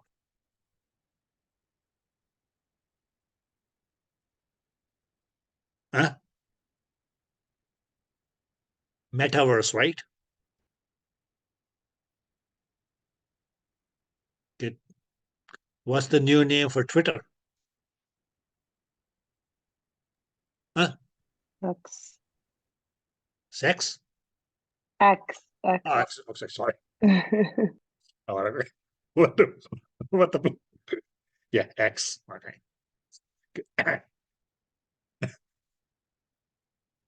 Okay. Good. So, but the word meta actually is just means beyond. So maybe that's because these lie beyond the carpals. That's why they call them metacarpals. Did you guys get that? Okay, so there's going to be a total of 5 metacarpals. Now in your hand, because that's pretty much is where you'll find them.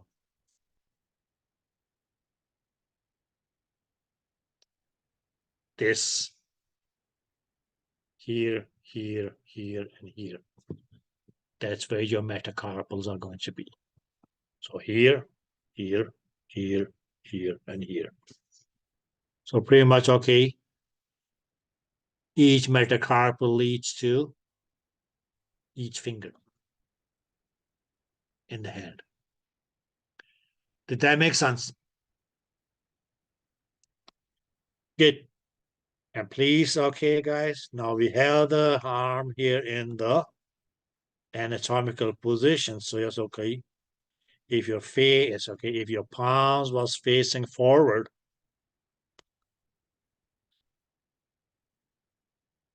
well, yes, This fellow here will be your thumb. This will be your index finger. This will be the middle finger. This will be the ring finger. And this will be your pinky.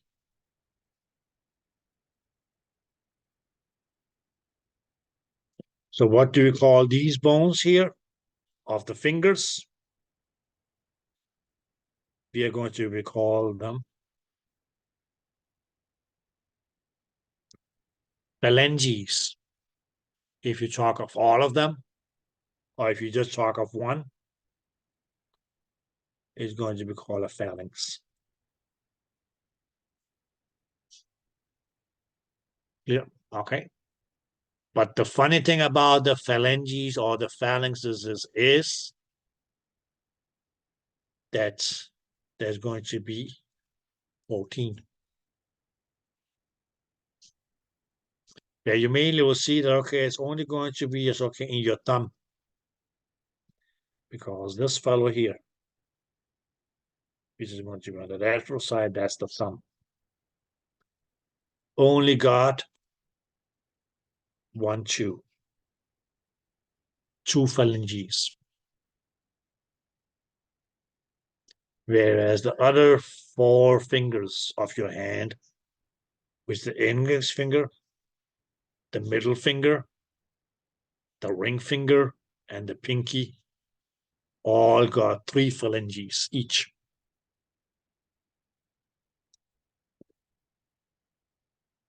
Did that make sense? Okay, guys. Now look here for a sec. So this was your hand. I hope everybody can agree that this would be my thumb. Index finger, middle finger, ring finger, and pinky minky. Clear? Carpal bones, metacarpals, 1 phalange, 2 phalanges. 1, 2, 3. 1, 2, 3. 1, 2, 3. 1, 2, 3.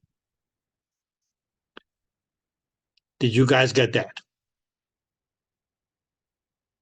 Yeah, okay. Now, these are going to be 2 phalanges of my thumb. Now, this one here will be the proximal phalange of the thumb. And this one here will be the distal phalange of the thumb.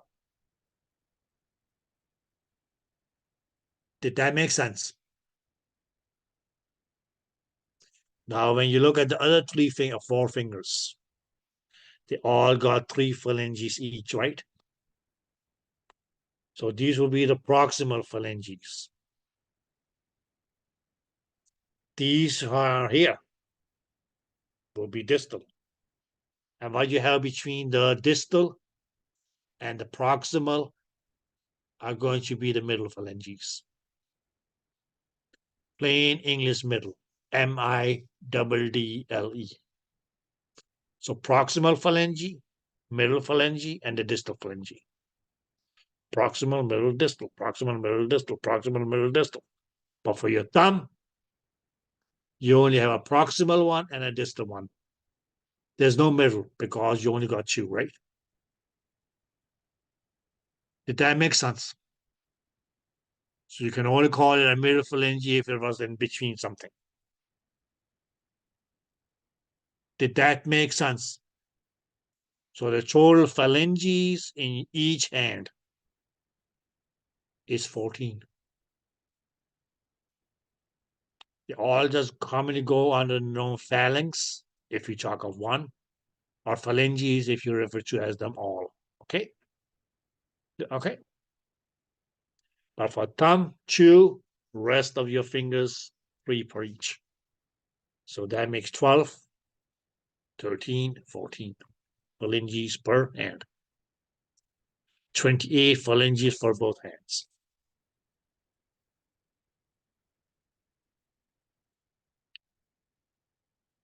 Did I make myself clear? Okay. And between each phalange, or let's say the proximal phalange, and your carpal bones is going to be the metacarpals. So here, here, here, here, here. Or you may even see it's okay, a picture 4.4-11 on page 69. Let me see. Or maybe we have that as well here. I'm not a fan of this thing here. Sorry.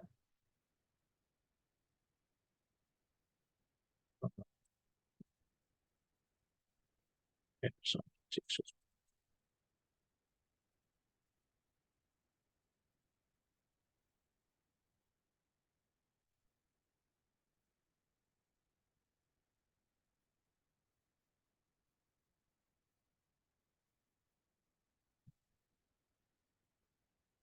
good.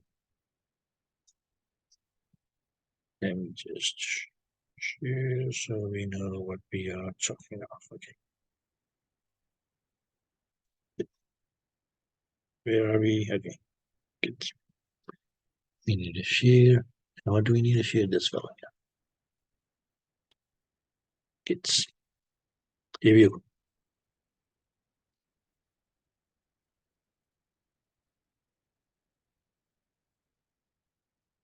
Can you guys see this diagram here? Right, okay. So all these bones, 1, 2, 3, 4. Oh, sorry, 1, 2, 3, 4. 1, 2, 3, 4. Were your 8 carpal bones arranged in 2 rows with 4 bones per row. Clear?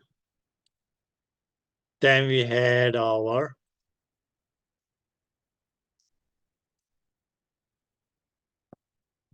metacarpal bones.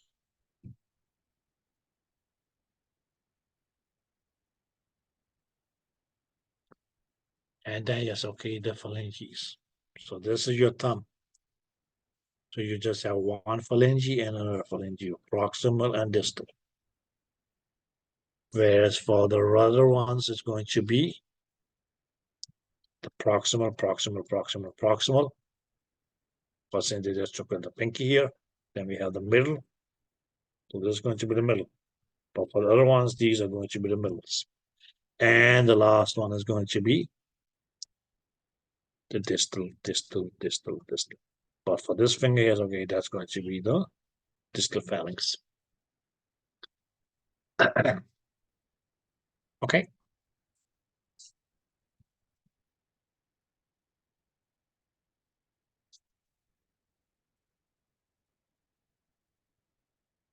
Hey guys.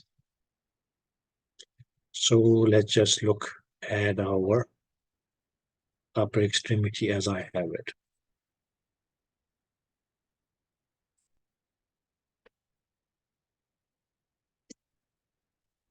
So here we go. Scooby-Doo, here we go.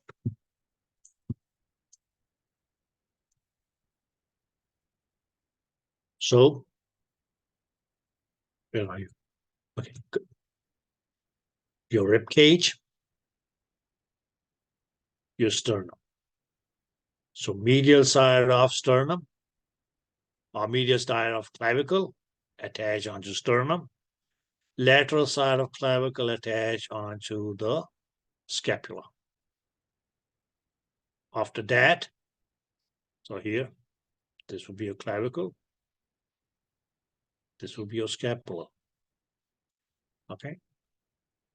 Onto the scapula, bone of your upper arm, or arm, called the humerus,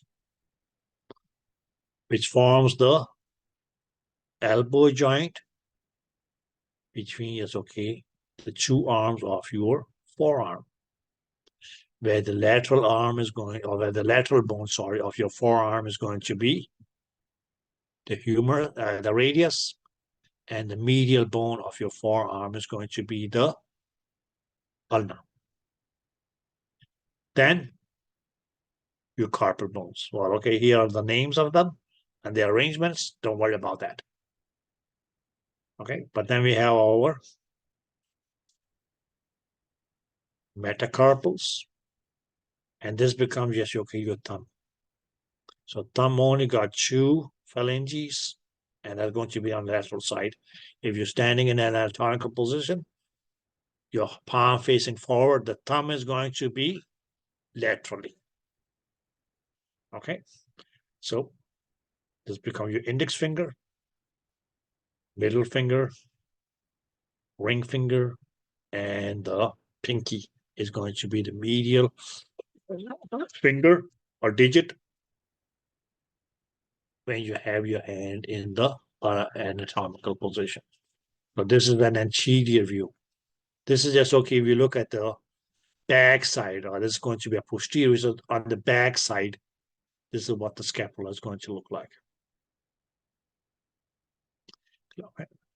But if you look at this, okay, the placement on the scapula is going to just okay be on the posterior lateral side of your thoracic cage or rib cage. And it's pretty much okay held in this position, or the scapula is held in this position by big muscles of your back.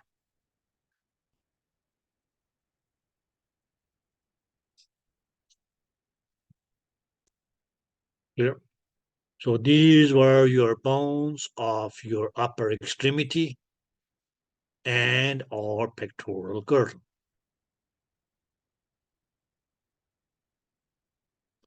Okay. Did you guys get that? So clavicle, scapula, clavicle, scapula, humerus, ulna, radius, carpal, metacarpals, phalanges. That's how you go. Okay. So an upper arm, only one bone, humerus. Forearm, 2 bones. One is going to be lateral, one is going to be medial. You just have to remember which one of these is lateral, which of these 2 here is, or which one is the medial one. Lateral one is radius, medial one is ulna. Okay.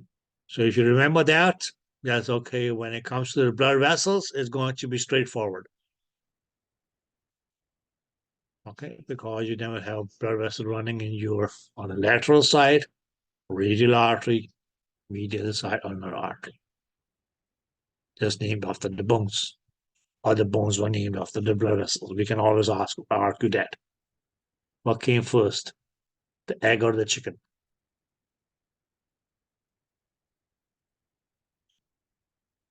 Yes, guys, what came first?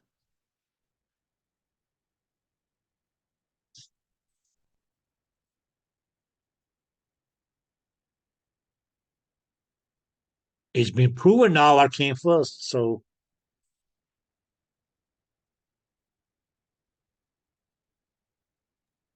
The chicken? the chicken came first. And some people say, but didn't the chicken have to come out of an egg? Nope. I guess not the first one. He just came. Or she came. Or they came. And after that, it's okay, just some bananas. Good. Okay, guys, now take your break. And when we come back, we will talk about the lower extremity. Okay, guys? Okay, now please be aware that, okay, yes, if you understood this, there's going to be, yes, okay, a lot of similarities between the lower extremity to that of the upper extremity. Okay? Good. Now have fun, and I guess I see you guys back at, should we say, 12:40. Is that a fair deal? Good. Have fun tonight. Thanks. Let's just our lower extremity and the pelvic girdle.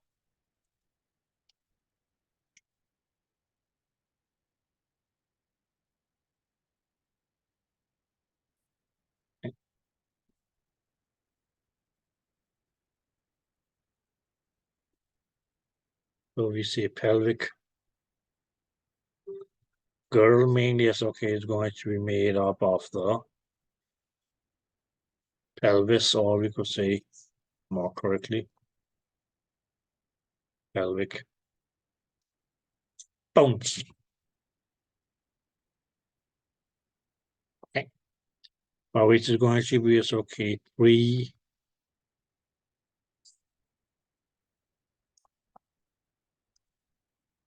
tiered bones respectively. Iliac bone. We can say it's okay, the ischium or the ischial bone, and the pubic bone or the pubis. Okay, so we have a right iliac and left iliac, right ischium and left ischium, right pubis and left pubis. Okay, and they join on each side to make up the pubic bone. Okay, and the pubic bone together with the sacrum makes the pelvic cavity.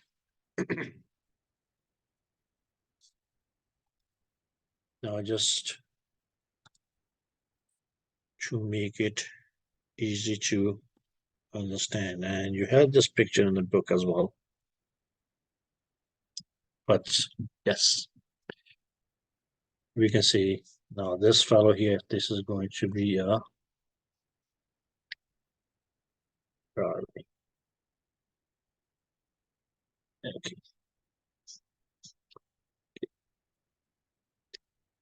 This is a female pelvis, and this one is going to be a male pelvis. Okay, now please keep, this is your sacrum, so this is not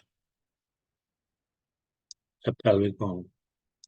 This is the sacrum, this is not a pelvic bone. But rather, it's okay. Now we can just take one side. This is what you have on one side. So this fellow here is the iliac.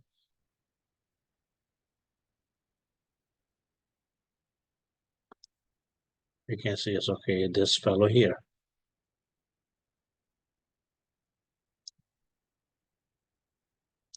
is the pubis.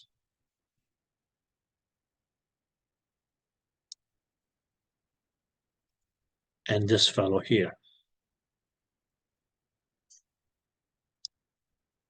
is going to be the ischium. Clear, okay. Likewise over here. So that's okay. The iliac.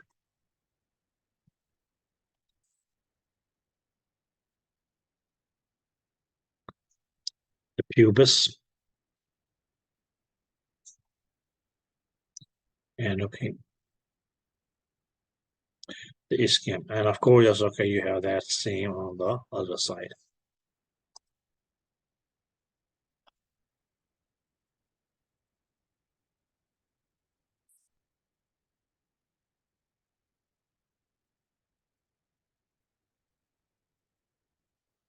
Did you guys get that? Okay. So these were okay, 3 paired bones on each side. Ilium, iliac, pubis, ischium. Whereas, okay, yes, this space here becomes the pelvic cavity and pelvic cavity. Okay. Now, one thing that I want you guys to just pay attention to is this area here, or you can say even here. Or it's okay in the male pelvis. This is going to be what we'll call the citibulum. Okay, so guys, if we look at the citibulum, from the side. What we actually is okay, we realize is that that's going to be okay the only area in the pubic, oh sorry, in the pelvic bone or pelvis, where all the three pelvic bones meet.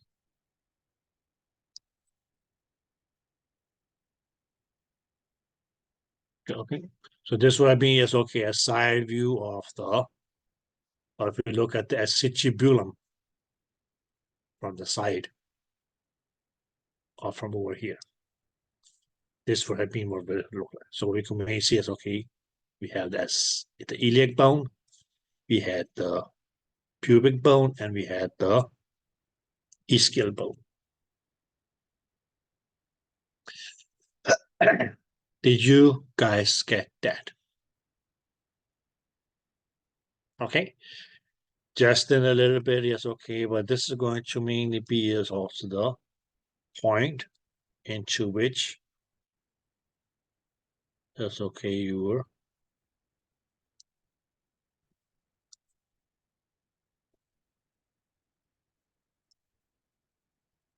thigh bone or femur will attach. So this is this would mainly as okay be what people refer to as the hip joint.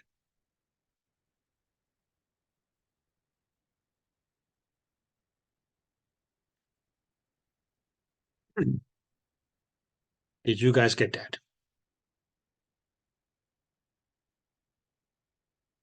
Okay. Now, what we see in the front is or anteriorly. Let's choose a color that's.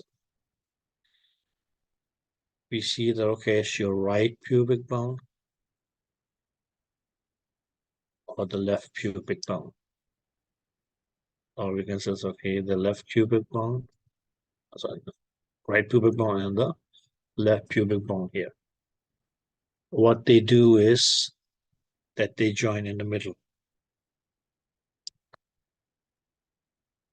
Okay, and this is mainly as okay, what we'll that's going to be as okay, what we'll call the pubic symphysis. Okay, good. Pubic symphysis. Okay, this area here, or like here. Okay, and it's mainly made up of a. Oh, that's okay. What actually makes it is going to be as okay a piece of cartilage. Okay. Now, even as okay when we look at the pubic bones side by side, this is what we call as okay the pubic outlet and the pubic outlet. Now, two things we call this is one of the bones that's going to mainly as okay be different in male versus female, because females are going to have okay as a greater pubic outlet compared to the males. Okay, but that's not going to be that obvious when we as okay only have, let's say, okay, one-sided pelvic bone. One thing that mainly as okay will make it obvious that this is a female pelvis versus a female pelvic bone versus a male is the iliac bone is going to be more wide. Whereas okay, in the male is going to be as okay more curved this way. Okay, so not that you guys have to worry about it's okay bones found in the wild. They bring it and say, okay, is this a male or a female bone? That's going to be up to us, okay, CSI special unit to be dealing with that. First of all, it's okay to determine is this for a man or a woman? Because by determining is okay, who is okay, what sex or gender or whatever it belongs to is okay, you cut down half of the population. Say, okay, we don't have to worry about missing men. Okay, we just have to worry about missing women or vice versa. Clear? So, good. And why? Mainly it's okay because, well, okay, there needs to be greater room for it's okay the baby to come out. Now, just another thing, guys, and we can say, okay, that's, well, mainly it's okay. Or what happens is, okay, well, it only happens in the women, that when they give birth, now there's actually a hormone that is called, it doesn't have much of a fancy name, it's just called relaxin. And relaxin is going to be acting on the cartilage of the pubic symphysis. And mainly as okay, as you can see from the name, causes okay the cartilage to relax a little bit and okay just help the pelvic outlet to open up a little bit more so that it may be relatively easier to pass that baby through the birth canal out. Now, enough with that. Now, just look at this word here, acetybulum.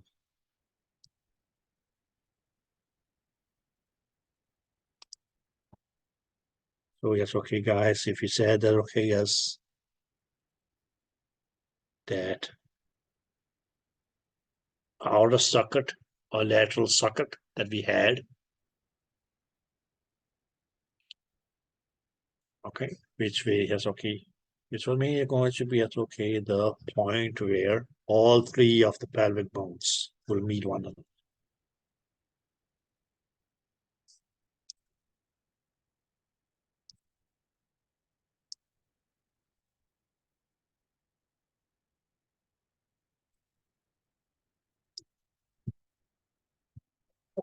Is going to be called the acetybulum.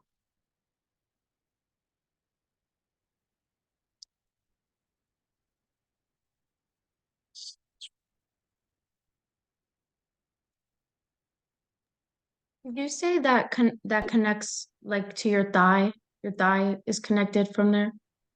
Well, okay, your thigh bone is going to, it's okay, be attached to the acetybulum. Okay. Okay, but this is also going to be, it's okay, the only part in the pelvis where the iliac meets both the pubic bone or pubis and ischium, where the ischium meets both iliac and pubis, where the pubis meets with both ischium and iliac. Did that make sense? So that's the only part of the pelvis where all these three bones as okay meet one another.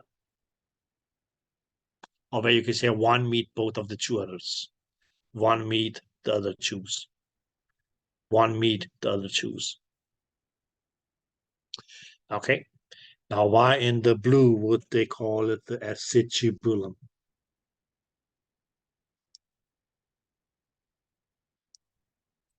And it is this.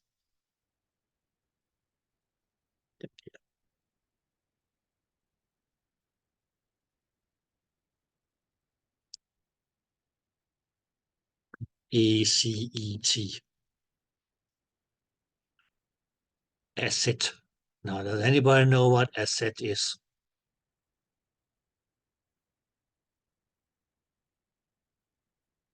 Okay, let me help you down with the search. You have it in your house.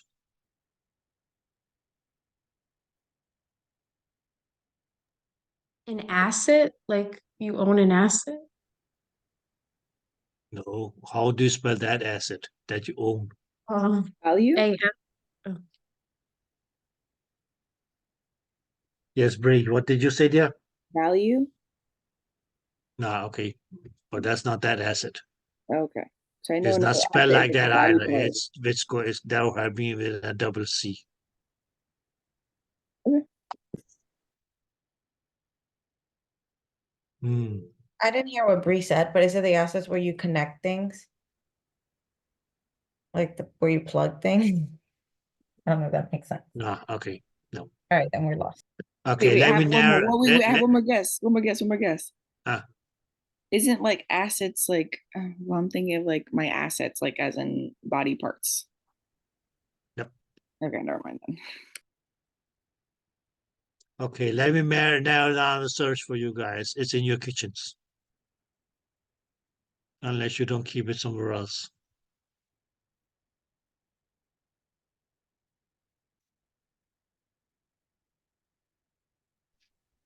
Is it like your sink or faucet? Sum it up. Is it like your sink or faucet? It's not that kind of thing. Have any of you heard of vinegar? Okay, vinegar is what you call it in English. Its chemical name is acetic acid. So from acetic is mainly as okay, just vinegar. Now, why in the blue would the ref call? Okay. Why in the blue would they call yes okay a part of your skeleton after yes okay vinegar? Now, I don't know what you guys drink when you wake up in the morning, get up in the morning, but I guess back in the days, the Greeks would like to take a sip of vinegar in the early morning. Small shot, right? Espresso. So they may yes okay just call this socket here the acetybulum because it looked like those cups in which they would take a shot of vinegar. So they made yes okay just named it after that. Okay. Crazy stories, but yes. So so that's okay. The word acet, ACET, is just from vinegar. Next time you go and buy vinegar, the chemical name for it is acetic acid.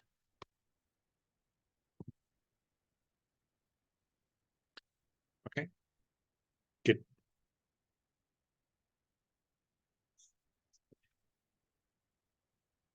But, as I said earlier, yes, okay. Oh, shit. That, oh, let's just look at this fellow here. That's probably the, I already marked it. There's going to be, yes, okay, into this acetybulum here, that your thigh bone is going to, yes, okay, meet, and that's what this would be, yes, okay, what we call the hip joint. Okay, so now let's just look at the bones of the leg. So we can say it's okay, we have the, okay, sorry, the pelvic girdle, okay. May not be an ideal pelvis, but anyways, we can see here is our acetybulum. And just so we have it, this is going to be, okay, the lateral side. This is going to be the medial side. So we can say, it's okay, we here have, okay, let's say, yes, okay, the sacrum, and then we will have, okay, as another pelvic bone here. But we're just going to stay with one side. Now, then we have bones in the thigh, which is going to be, it's okay, what we call the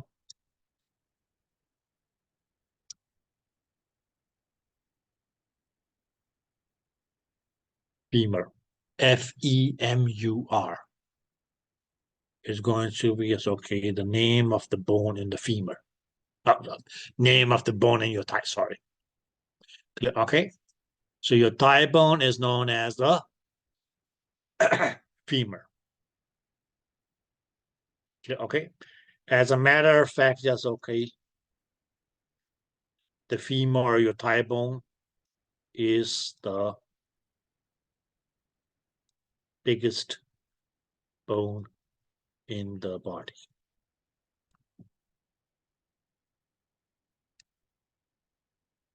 Is that clear?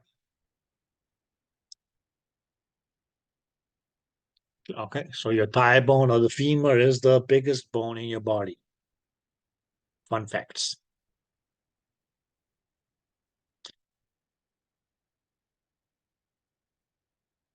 What we're going to get down here. Now, it's going to be, it's okay, what we just referring to as okay as the leg.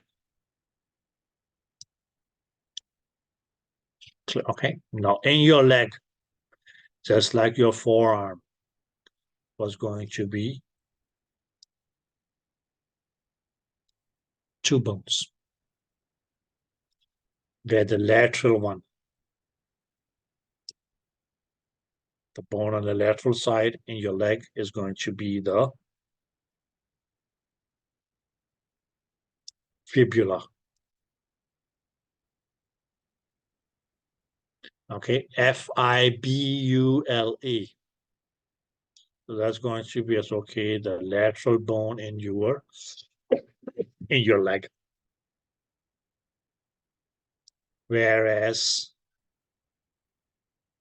the other bone, which is down here, of course, is going to be as okay on the medial side in your leg.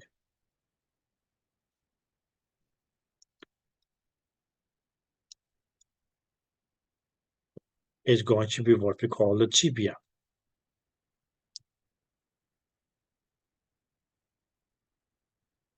Okay, Tibia, tibia. Did you guys get that? So femur is your thigh bone. Fibula is the lateral bone in the leg. Tibia is the medial bone in the leg. Now, guys, please, and I speak out of experience, because a lot of students ends up saying or writing tibula and fibia. That's not right. Okay, so the medial bone is tibia, the lateral bone is fibula. Okay, you write tibula. I don't know whether you meant to say tibia or fibula. Clear? So that will be wrong. You write fibia. I don't know whether you want to say fibia or fibula or tibia. So that will be marked wrong as well. Did you guys get that? Okay, so it's not the world's most complicated names. So tibia is the medial bone. Fibula is the lateral bone. Did you guys get that? Good. And we can mainly say, no, okay, yes, I intentionally did this because, well, okay, what is it that we have here? We can say, okay, oh, shit, sorry. This area here is okay, that's going to be as okay, we can say it's okay, the knee joint, right? Okay, but at your knee joint, yes, okay, we actually have a bone. And okay, now in English, that's just going to be referred to as the kneecap.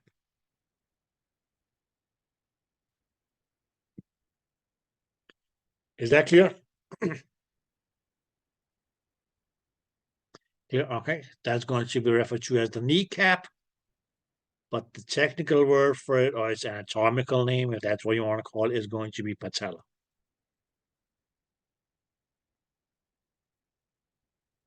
So your kneecap is known as the patella.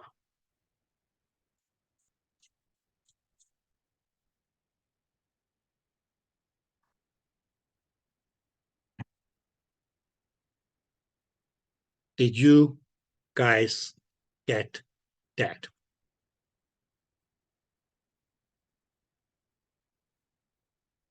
Yeah, okay. Now just one area where you can say it's okay that there may be okay as a slight difference between the upper limb and the lower limb. Because in the knees, as okay, we had kneecaps. In the elbow joint, we don't have anything called the elbow cap, right? Have anybody heard of something called an elbow cap? Or elbow sock or whatever? No, right? Okay. Okay. Not to go, it's not something that you guys need to, it's okay. Remember for chest or so and so. But it's okay, what you actually have on your humerus. No, it's not humerus, sorry. Ulna. At the back side of your ulna is actually is okay, a project like this.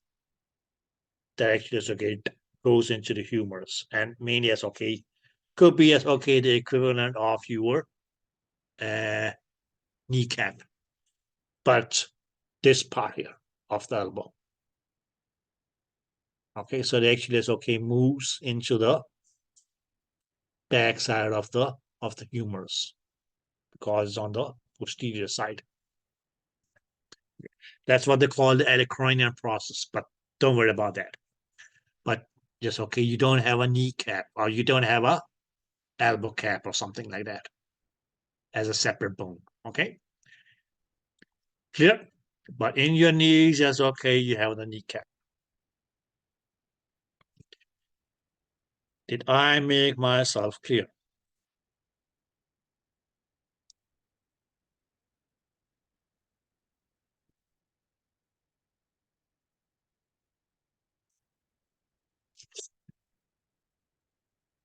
Next, guys. Now we can say it's okay, the next pair or set of bones that we will have in the lower extremity is going to be as okay, where we can say it's okay. We can call it, we can just say it's going to be as okay, the bones of the ankle.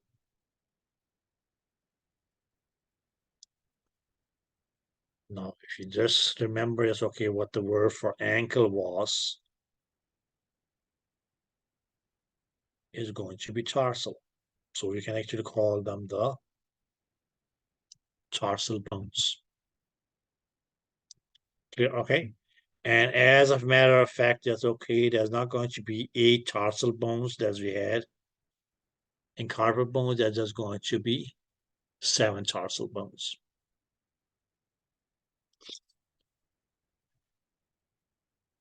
Did you guys get that?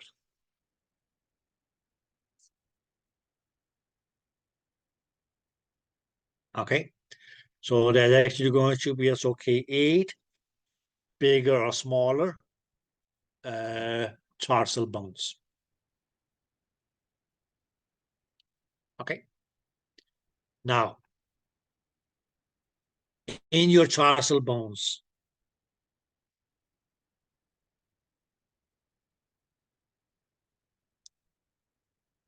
that's made as okay, just 2 bones whose names I want you guys to remember.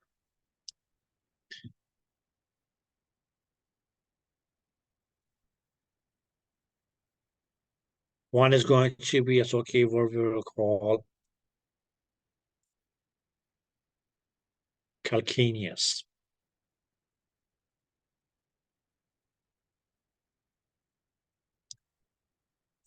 Now, calcaneus, guys, that is going to be as okay, your heel bone.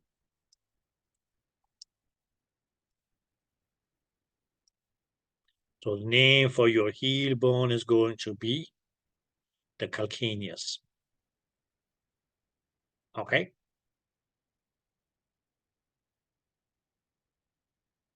Did you guys get that? Okay. Now just hopefully it's okay. We should have that picture in the book as well. Yes. Okay, so now this here is mean as okay a lateral view of your ankle on foot. So this fellow here is your fibula. Clear? Okay, this is going to be your fibula. We can mean it says okay. This fellow here, or you see it's going to be it's okay your tibia. This dude here, big fellow, is your heel bone or the calcaneus. Okay. Now, why would I like you guys to remember that? Because this is going to be the bone onto which, yes, okay, this tendon, which is going to be, yes, okay, what they're called the Achilles tendon is attached onto.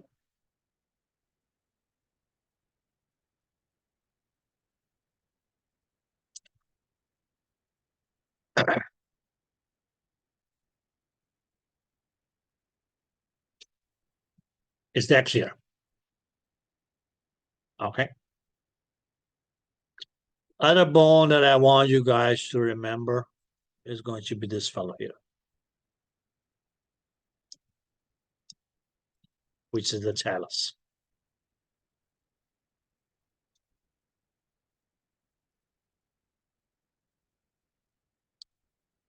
Okay. The rest of the bones, don't worry about them. Okay. But okay, yes, this, and all these here, okay, are going to be tarsal bones, bones of the ankle.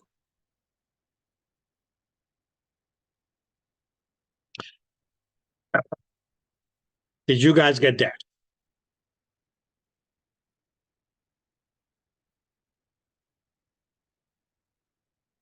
Now, guys, one other thing that I want you guys to, is okay, look at. Just keep in mind now, guys, that this here is okay was your fibula, which is on the lateral side.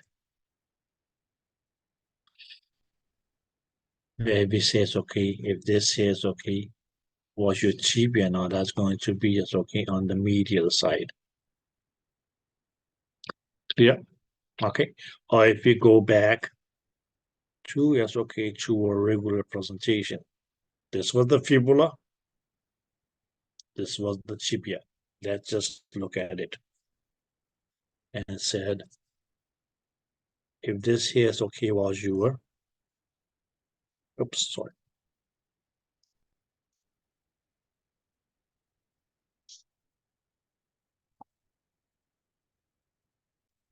Fibula, because, well, okay, let's just say lateral, medial. Yeah, okay. And on the medial side, yes, okay, what did we have? The tibia, right? Did you guys get that? Now down here in the ankle, as okay, where we held the ankle, we can say it's okay, it's going to be the, let me just block it here. We can say it's okay, the tarsal bones. Did you guys get that? Clear? Okay. So now when we continue down with the fibula, and likewise it's okay with the tibia, there's going to be this bony protuberance here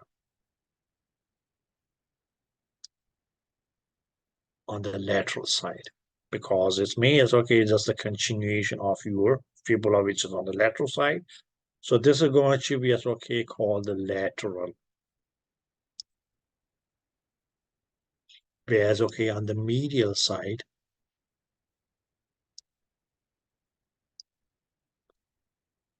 where we have the tibial, it's going to be, okay, a similar protuberance, which is going to be referred to as the medial collarbones on the medial side. But they're going to be called respectively as, okay, the lateral malleolus and the medial malleolus.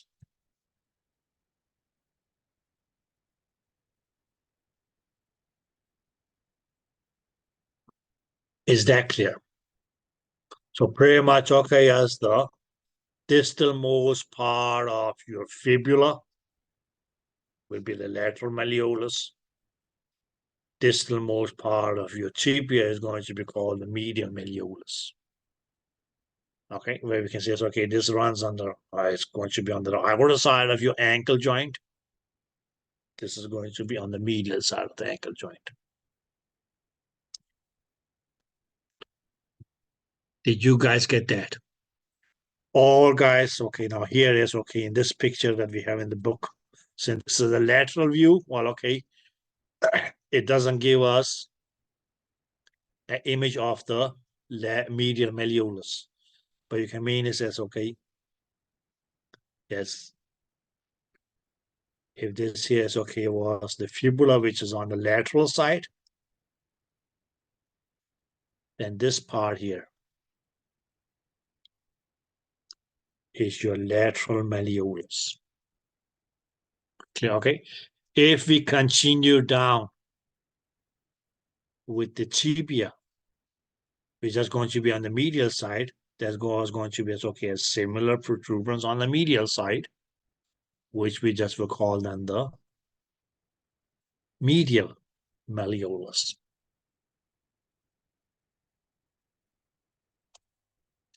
Now, have any of you ever strained an ankle?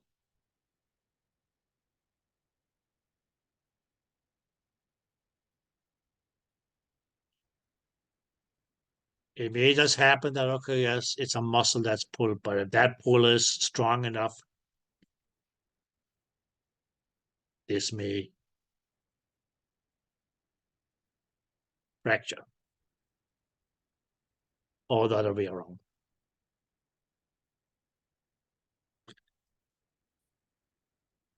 Okay, guys. Now, please, this lateral malleolus and medial malleolus. The lateral malleolus and medial malleolus are going to be important once we get to talk about blood vessels in the leg, around the ankle. Did you guys get that? Okay, but if you look down, just a second. If you look down at your feet or your ankle, you can easily, as okay, see your lateral malleolus and medial malleolus. Yes. Looking at the book picture, would the medial malleosis be like behind the lateral malleosis? No, not behind. It's just going to be on the other side. This is a lateral view. So that's why you only can see the lateral malleolus, right? So it'd be if the foot was like turned. Exactly. If you looked at the foot from the other side, you will see the medial malleolus, and then you won't see the lateral malleolus. Okay. Right, okay.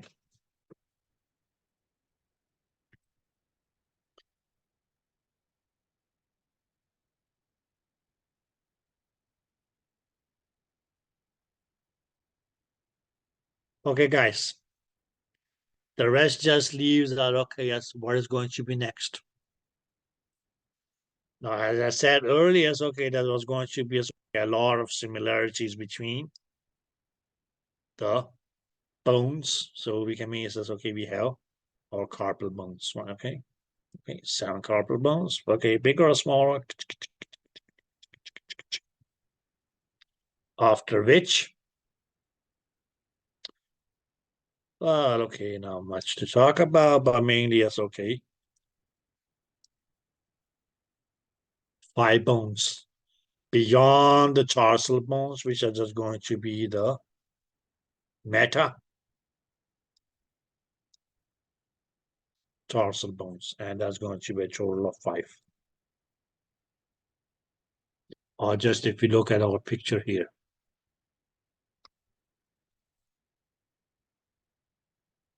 Okay, now please, yes, okay. This is the lateral view.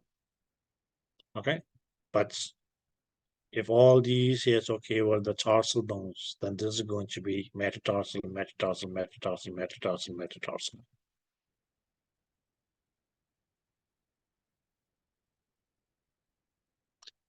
Did you guys get that? Now this is a lateral view. Or we're actually looking from the lateral side of the foot. That's why we can only see the lateral malleolus. And we looked at the medial side, we have seen mostly the tibia, and then, okay, just the medial malleolus. Okay, but guys, again, now when you look down at your foot, and you are standing in the anatomical position, let's just say you're looking down at the foot. This is going to be lateral side of the foot. This is going to be the medial side of the foot.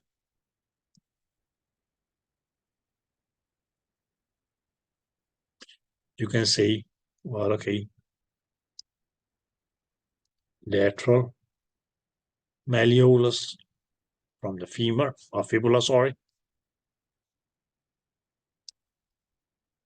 Medial malleolus from the tibia.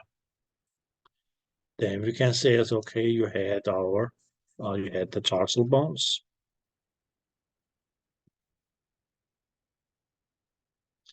Beyond that was going to be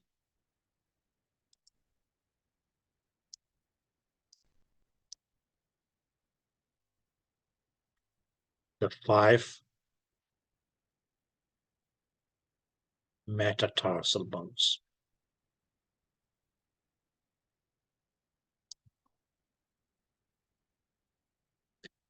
Did that make sense?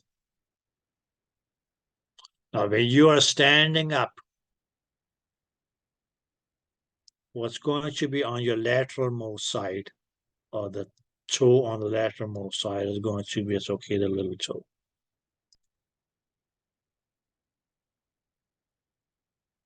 Next to that is going to be, it's okay, second toe. Then we can say it's okay, middle toe. Then other toe. And then, yes, okay, your big toe.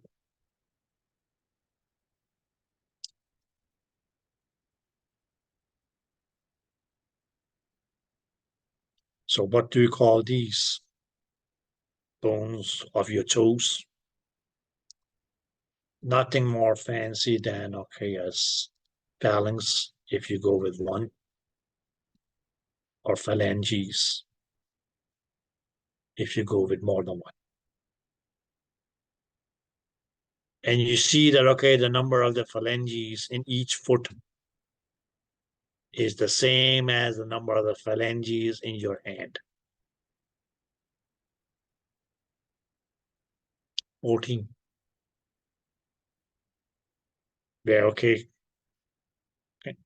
But if you look down at your foot, it's going to be as, okay, your big toe,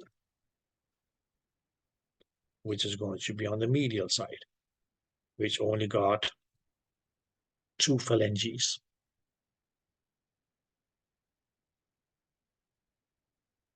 Whereas all the other 3 or 4 toes got 3 phalanges each.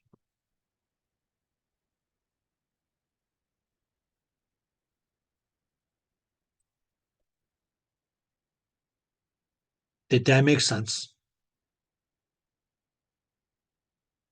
No, I'm not going to bring my foot up in front of the camera. But it's okay. If you look at it, you can say, it's okay, this was the big toe, right? So just like your thumb, just 2 phalanges. Whereas all of the other thumbs had 3. So in the thumb or in the big toe, what is going to be? Proximal phalange, distal phalange. Whereas for your other toes, proximal, middle, distal, proximal, middle, distal, proximal, middle, distal, proximal, middle, distal.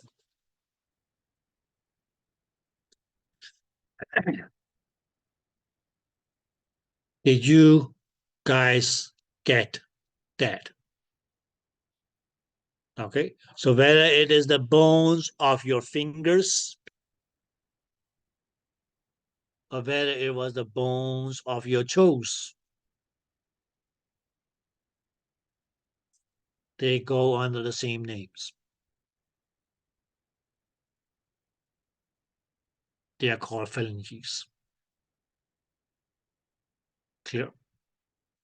Bones of your foot versus bones of your hand. Well, okay, yes. Metatarsal for your foot, metacarpal for your hands. Because beyond carpus or wrist, beyond ankle or tarsals. Did that make sense? Hands of your wrist, carpal bones, and bones of your wrist. Sorry, that tells us about time to take. Bye bye. Hands of your wrist is your carpal bones, and shit. Okay, bones of your hand wrist is the carpal bones. Bones of your ankle is the tarsal bones. Three, I got it right. Okay, okay. In your leg, 2 bones. In your forearm, 2 bones. Now you just have to remember which is the lateral one and the medial one in the leg, which is the lateral one and medial one in the forearm. Clear? Okay, so lateral bone in the leg is fibula, not tibula. Okay, it is fibula, not tibula. Medial bone in your leg is tibia and not tibula. I say this because I see it quite often, so I don't know where I go wrong. Okay. It in the leg, well, okay. We have a kneecap. Kneecap is called patella. Kneecap is called patella. Kneecap is called patella. Then your thigh bone called the femur, because the word for thigh in Latin was femur. So from there comes femur. And then we have, okay, the bones of the pelvic girdle, ischium, the one that you're sitting on right now, iliac, and the pubis. They all join together in what you call the accipitulum, which forms the socket into which the head of the femur attaches to make your hip joint. Clear? Arm, lateral bone, or forearm, sorry, lateral bone is radius, medial bone is ulna. Lateral bone is radius, medial bone is ulna. Upper arm, one bone, funny bone, humerus. Humerus. Mainly as okay attached to bone of the pelvic girdle, which will be not pelvic, shoulder, pectoral girdle, sorry, which is going to be your scapula. And scapula is attached to the clavicle, and clavicle is attached to the sternum. And sternum is attached to your ribs. Ribs are attached to your backbone, and So that's how your body or skeleton, you can say it's okay, is held together. Okay, but there's still going to be as okay, great support between as okay, the bones, which is going to be as okay, be with the help of muscles. Okay, guys. Any last words? So yes, okay, some names that you need to remember and remember them correctly. Right? Okay. Anything else?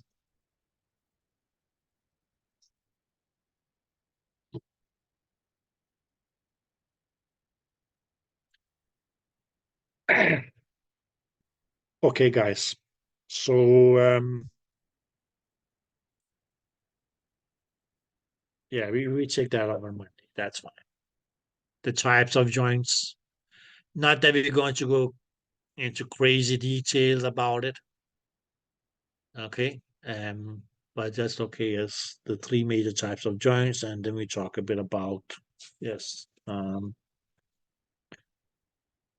some movements and okay, some bursars.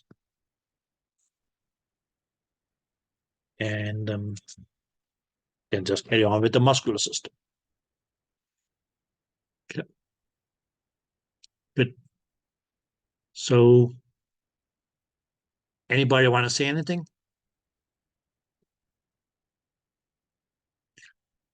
Okay, let me just be honest. This was the chapter with most names.